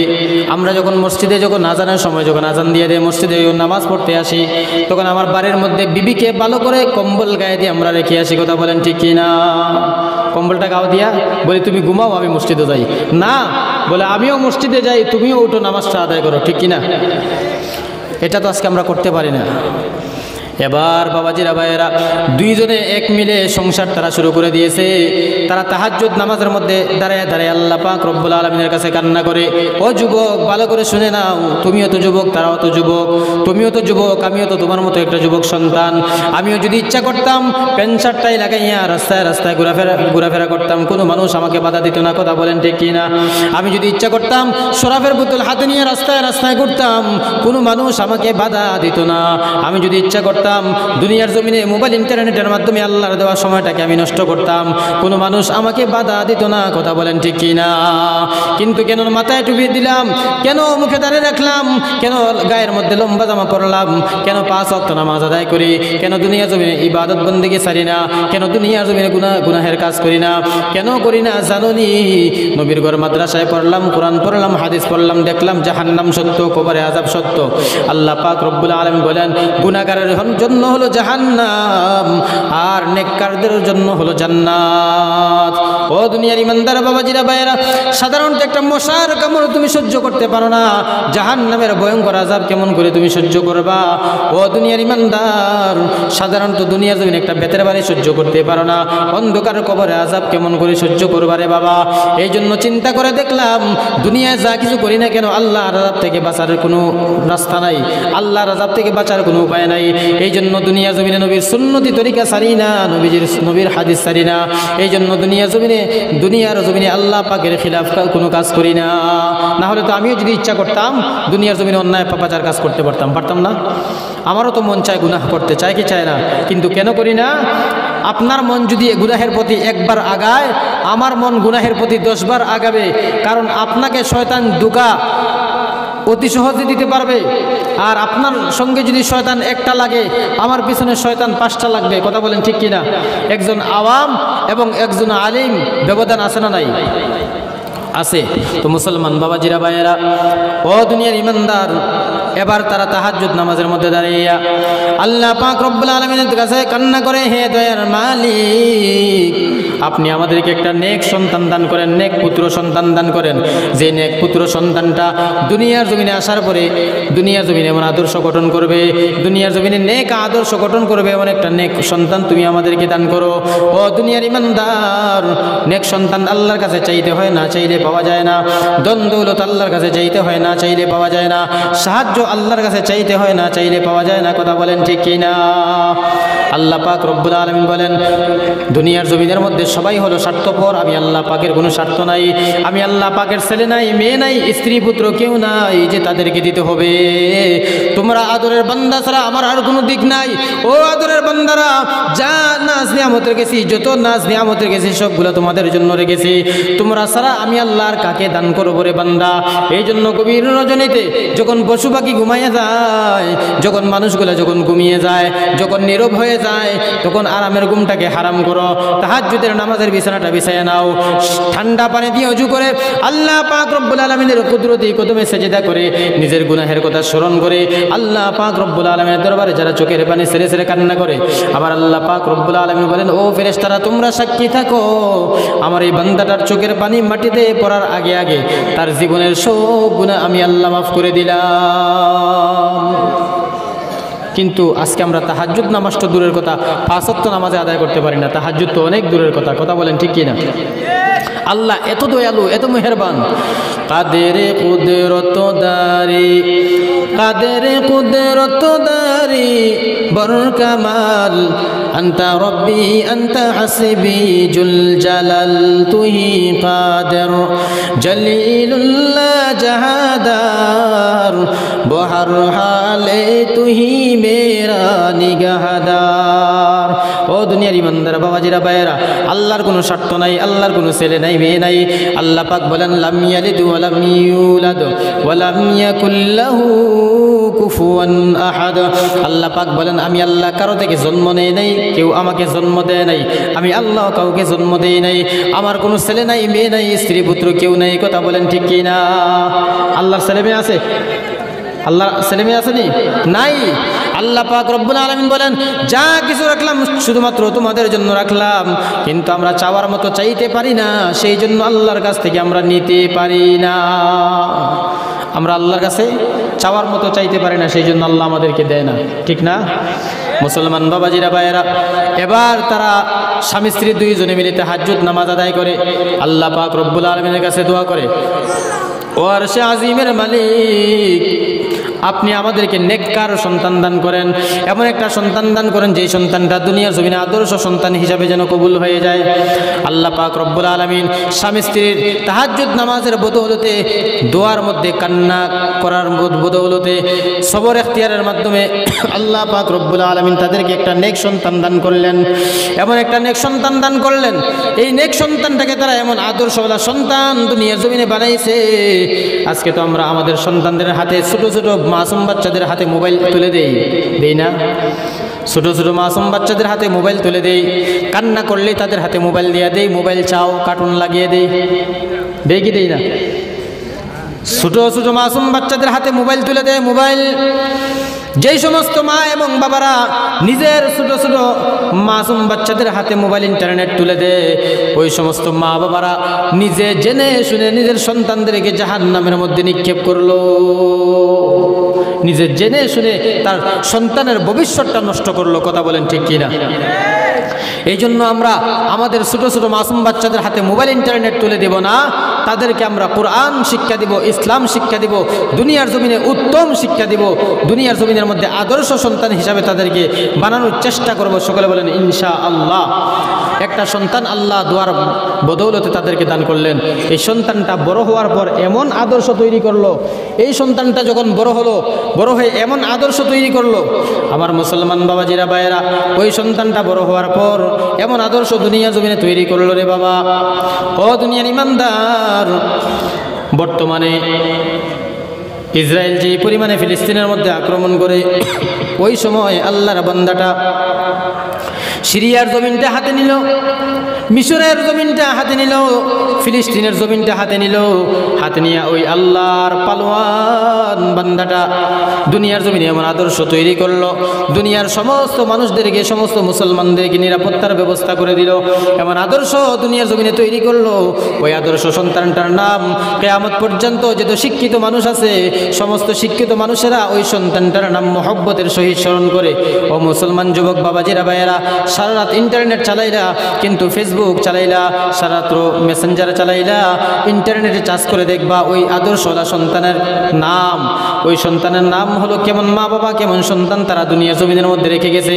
ওই আদর্শ সন্তানটা সালাহউদ্দিন আইয়ুবী রহমতুল্লাহি আলাইহি, জুড়ে বলেন সুবহানাল্লাহ। ওই আদর্শওয়ালা সন্তানের নাম হলো সুলতান সালাহউদ্দিন আইয়ুবী রহমতুল্লাহি আলাইহি। এমন সন্তান যদি আমরা দুনিয়ার জমিনে রেখে যেতে পারি, একটা নেক সন্তান যদি দুনিয়ার জমিনের মধ্যে রেখে যেতে পারি, তাহলে আল্লাহর রাসূল সাল্লাল্লাহু আলাইহি ওয়াসাল্লাম বলেন, মানুষ যখন মৃত্যুবরণ করে কবরে চলে যায়, তখন তার আমল নামার দরওয়াজা বন্ধ হয়ে যায়, শুধুমাত্র দুইটা রাস্তা খোলা থাকে। এক নাম্বার রাস্তা হলো, যদি সে দুনিয়ার জমিনে একটা নেক সন্তান রেখে আসতে পারে, যে নেক সন্তান দুনিয়ার জমিনে যতটা নেকা আমল করবে, ওই নেকা আমলের হিস্সা তার মা বাবা কবরের মধ্যে শুয়ে শুয়ে পেতে থাকবে। জোরে বলেন সুবহানাল্লাহ। আর যদি সে স্থায়ী কোনো কিছু একটা প্রতিষ্ঠিত করে দিয়ে আসতে পারে জীবিত থাকা অবস্থায়, যেমন এই মাদ্রাসার মধ্যে আমি একটা রুম করে দিলাম, মাদ্রাসার একটা ফিলার করে দিলাম, মাদ্রাসা প্রতিষ্ঠিত করে দিলাম, আমি একটা পানির ব্যবস্থা করে দিলাম, যেটার দ্বারা মানুষ উপকৃত হবে, এই দানটা কিয়ামতের আগের দিন পর্যন্ত জারি থাকবে। সকলে বলেন সুবহানাল্লাহ। এই দানটাও ওই বান্দাটা, মৃত ব্যক্তিটা কবরের মধ্যে শুয়ে শুয়ে পেতে থাকে। জোরে বলেন সুবহানাল্লাহ। আর যারা দুনিয়ার জমিনে বদগার সন্তান, গুনাহগার সন্তান রেখে যায়, যেই সন্তানটা নামাজ আদায় করে না, আল্লাহর ইবাদত বন্দেগী করে না, শুধুমাত্র গুনাহ করে, শুধুমাত্র নাফরমানি করে, শুধুমাত্র আল্লাহর সঙ্গে নাফরমানি করে, এমন সন্তান যারা দুনিয়ার জমিনের মধ্যে রেখে যায়, এই সন্তানটা যতদিন দুনিয়ার জমিনে থাকবে আর যত গুনাহের কাজ করবে, ওই গুনাহের বদ আমলের ধাক্কা ওই মা বাবার কবরের মধ্যে বসতে থাকে। জোরে বলেন নাউযুবিল্লাহ। আরেকটা ঘটনা আমি আপনাদেরকে শোনায় শেষ করে দিব, শুনতে রাজি আছেন তো ইনশাআল্লাহ? এক জায়গার মধ্যে একজন আল্লাহর ওলি ছিলেন, উনি রাস্তা দিয়া হেঁটে যাচ্ছিলেন, তখন হঠাৎ করে রাস্তার সামনে একটা কবরস্থান দেখা গেল। কি দেখা গেল? কবরস্থান দেখা গেল। তখন আল্লাহর ওলি ওই কবরস্থানের সামনে দাঁড়িয়ে কিছু ইসালে সওয়াব করলেন, কিছু কোরআন তিলাওয়াত করলেন, কিছু নেক আমল করে ওই কবরবাসীদের জন্য কিছু ইসালে সওয়াব করলেন, চলে গেলেন। রাত্রিবেলা যখন ঘুমালেন, ঘুমের ঘরে স্বপ্ন দেখতেছেন উনি যেই ইসালে সওয়াব করেছিলেন, যেই নেক আমলগুলো করেছিলেন, উনার নেক আমলগুলি এই কবরস্থানের ফেরেশতারা, আল্লাহর রহমতের ফেরেশতারা এই নেক আমলগুলি একত্রিত করে এই কবরস্থানের মধ্যেখানদের মধ্যে বন্টন করে দিতেছেন। জোরে বলেন সুবহানাল্লাহ। কথাটা বুঝাইতে পারছি? এই কবরস্থানের মধ্যেখানেরা লাইন ধরে দাঁড়িয়েছে নেকি নেওয়ার জন্য, আর ফেরেশতারা একটু একটু করে নেকি বন্টন করে দিতেছেন। কিন্তু এই কবরস্থানের সমস্ত মধ্যেখানেরা লাইনে দাঁড়িয়েছে নেকি নেওয়ার জন্য, কিন্তু এই কবরস্থানের একজন মহিলা একটা কবরের মধ্যে বসে রয়েছে। দেখা যায় তার কবরের মধ্যে জান্নাতি খুশবু, তার কবরের মধ্যে জান্নাতি বিছানা বিছাইয়া দেওয়া হয়েছে। ওই নারী, ওই ব্যক্তি লাইনের মধ্যে নেকি নেওয়ার জন্য দাঁড়ায় নাই। জোরে বলুন সুবহানাল্লাহ। তখন আল্লাহর ওলি স্বপ্নযুগে ওই মহিলার সঙ্গে কথা বললেন, ও মা, সমস্ত কবরবাসীরা নেকি নেওয়ার জন্য লাইন ধরে দাঁড়িয়ে গেছে, কিন্তু আপনি কেন কবরের মধ্যে শুয়ে আছেন? আপনার কি নেকির কোনো প্রয়োজন নাই? এবার ওই আম্মাজান, ওই মহিলাটা বলে, ও আল্লাহর ওলি, আমার কোনো নেকির কোনো প্রয়োজন নাই। কেন প্রয়োজন নাই? বলে, অমুক জায়গায় অমুক গ্রামে আমার একটা নেক সন্তান আছে, আমি একটা নেক সন্তান দুনিয়ার জমিনের মধ্যে রেখেছি। আমার সন্তানটা অমুক বাজারে দোকানদারি করে কি করে? দোকানদারি করে। আর যখন কাস্টমার আসে তখন বেচা কিনা করে, আর যখন কাস্টমার থাকে না তখন আল্লাহর কালামুল্লাহ, কিতাবুল্লাহ, কোরআনে কারিমের তিলাওয়াত করতে থাকে। আল্লাহর কালামের তিলাওয়াত করে করে আল্লাহর সঙ্গে কথা বলতে থাকে। 5 ওয়াক্ত নামাজ সময় মতো আদায় করে। ওই সন্তানটা নেক সন্তান দুনিয়ার জমিনের মধ্যে আমি রেখে এসেছি। ওই সন্তানটা 5 ওয়াক্ত নামাজ আদায় করে করে প্রত্যেক নামাজের পরে আমি মায়ের জন্য দোয়া করে, রব্বির রহমহুমা কামা রব্বায়ানি সগীরা। সকলে পড়েন, রব্বির রহমহুমা কামা, পারেন না? কামা রব্বায়ানি সগীরা। আল্লাহর কাছে দোয়া করতে থাকি, ও মালিক, আমার মা বাবা দুনিয়ার জমিনের মধ্যে আমাকে কত কষ্ট করে লালন পালন করেছেন। আমার মা বাবা নিজে না খাইয়ে আমাদেরকে খাওয়াইছেন। আমার জন্য তোমার কত ইবাদত ছেড়ে দিয়েছেন, তোমার সঙ্গে কত নাফরমানি করেছেন।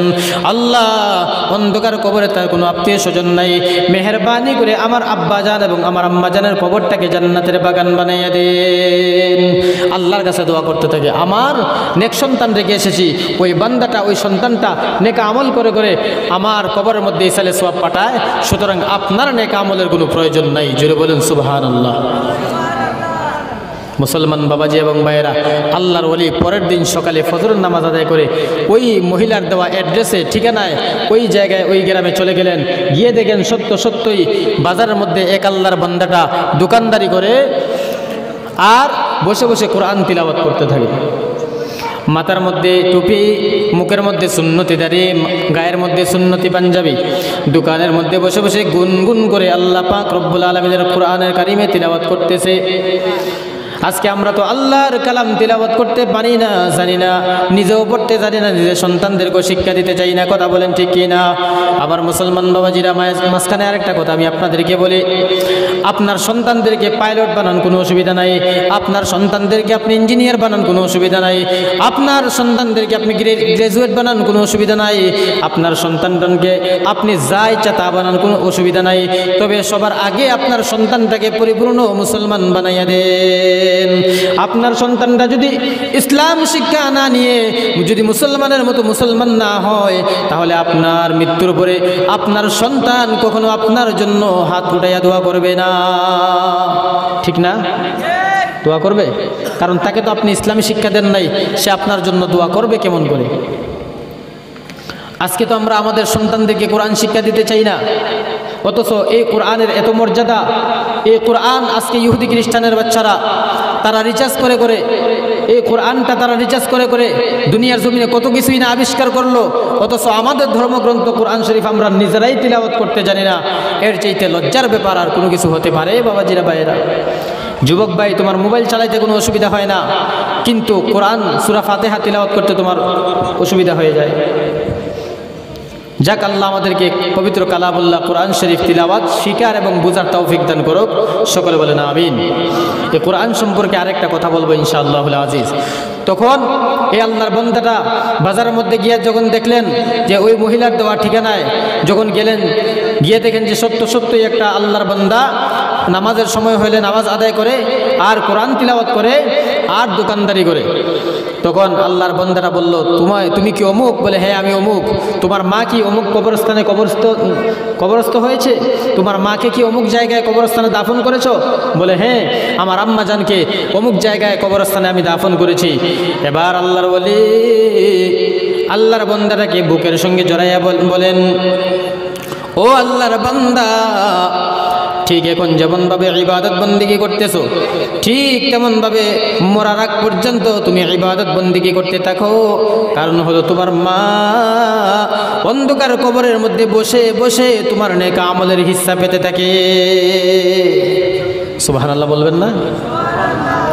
তাহলে বোঝা গেল নেক সন্তান দুনিয়ার জমিনের মধ্যে থাকলে এই নেক সন্তান যতদিন দুনিয়ার জমিনে জীবিত থাকবে আর যতটা নেক আমল করবে, ওই নেক আমলের হিস্সা আমরা অন্ধকার কবরের মধ্যে বসে বসে পাবো। কথা বলেন ঠিক কি না?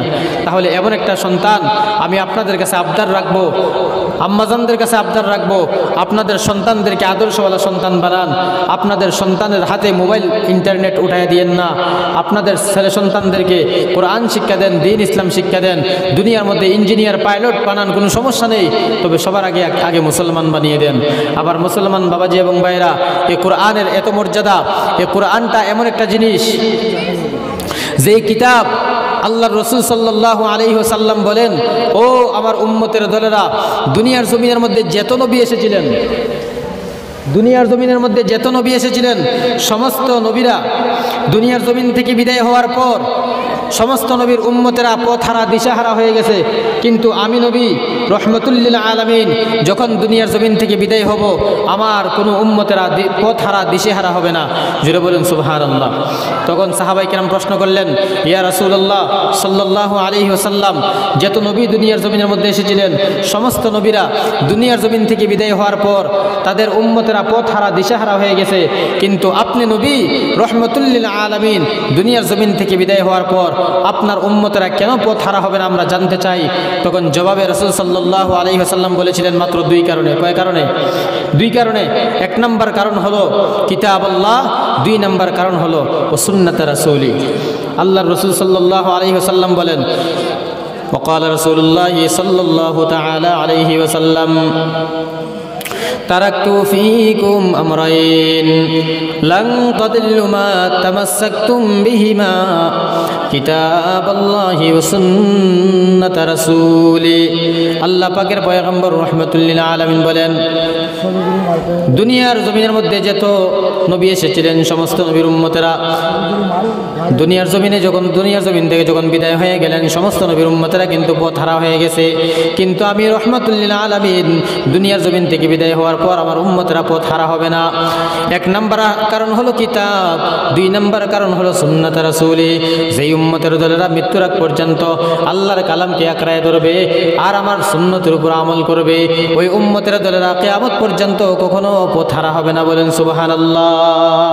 আমরা আল্লাহর কালামকেও ছেড়ে দিয়েছি, নবীর সুন্নতকেও ছেড়ে দিয়েছি, এই জন্য দুনিয়ার জমিনে আজকে আমাদের উপরে এত মুসিবত আর বিপদ। এই জন্য দুনিয়ার জমিনের মধ্যে আমরা কামিয়াবি হতে পারছি না। কথা বলেন ঠিক কিনা? আল্লাহ আমাদের সকলকে প্রত্যেকটা কথার উপরে সঠিকভাবে ইখলাসের সাথে আমল করার তৌফিক দান করুক। সকলে বলেন আমিন।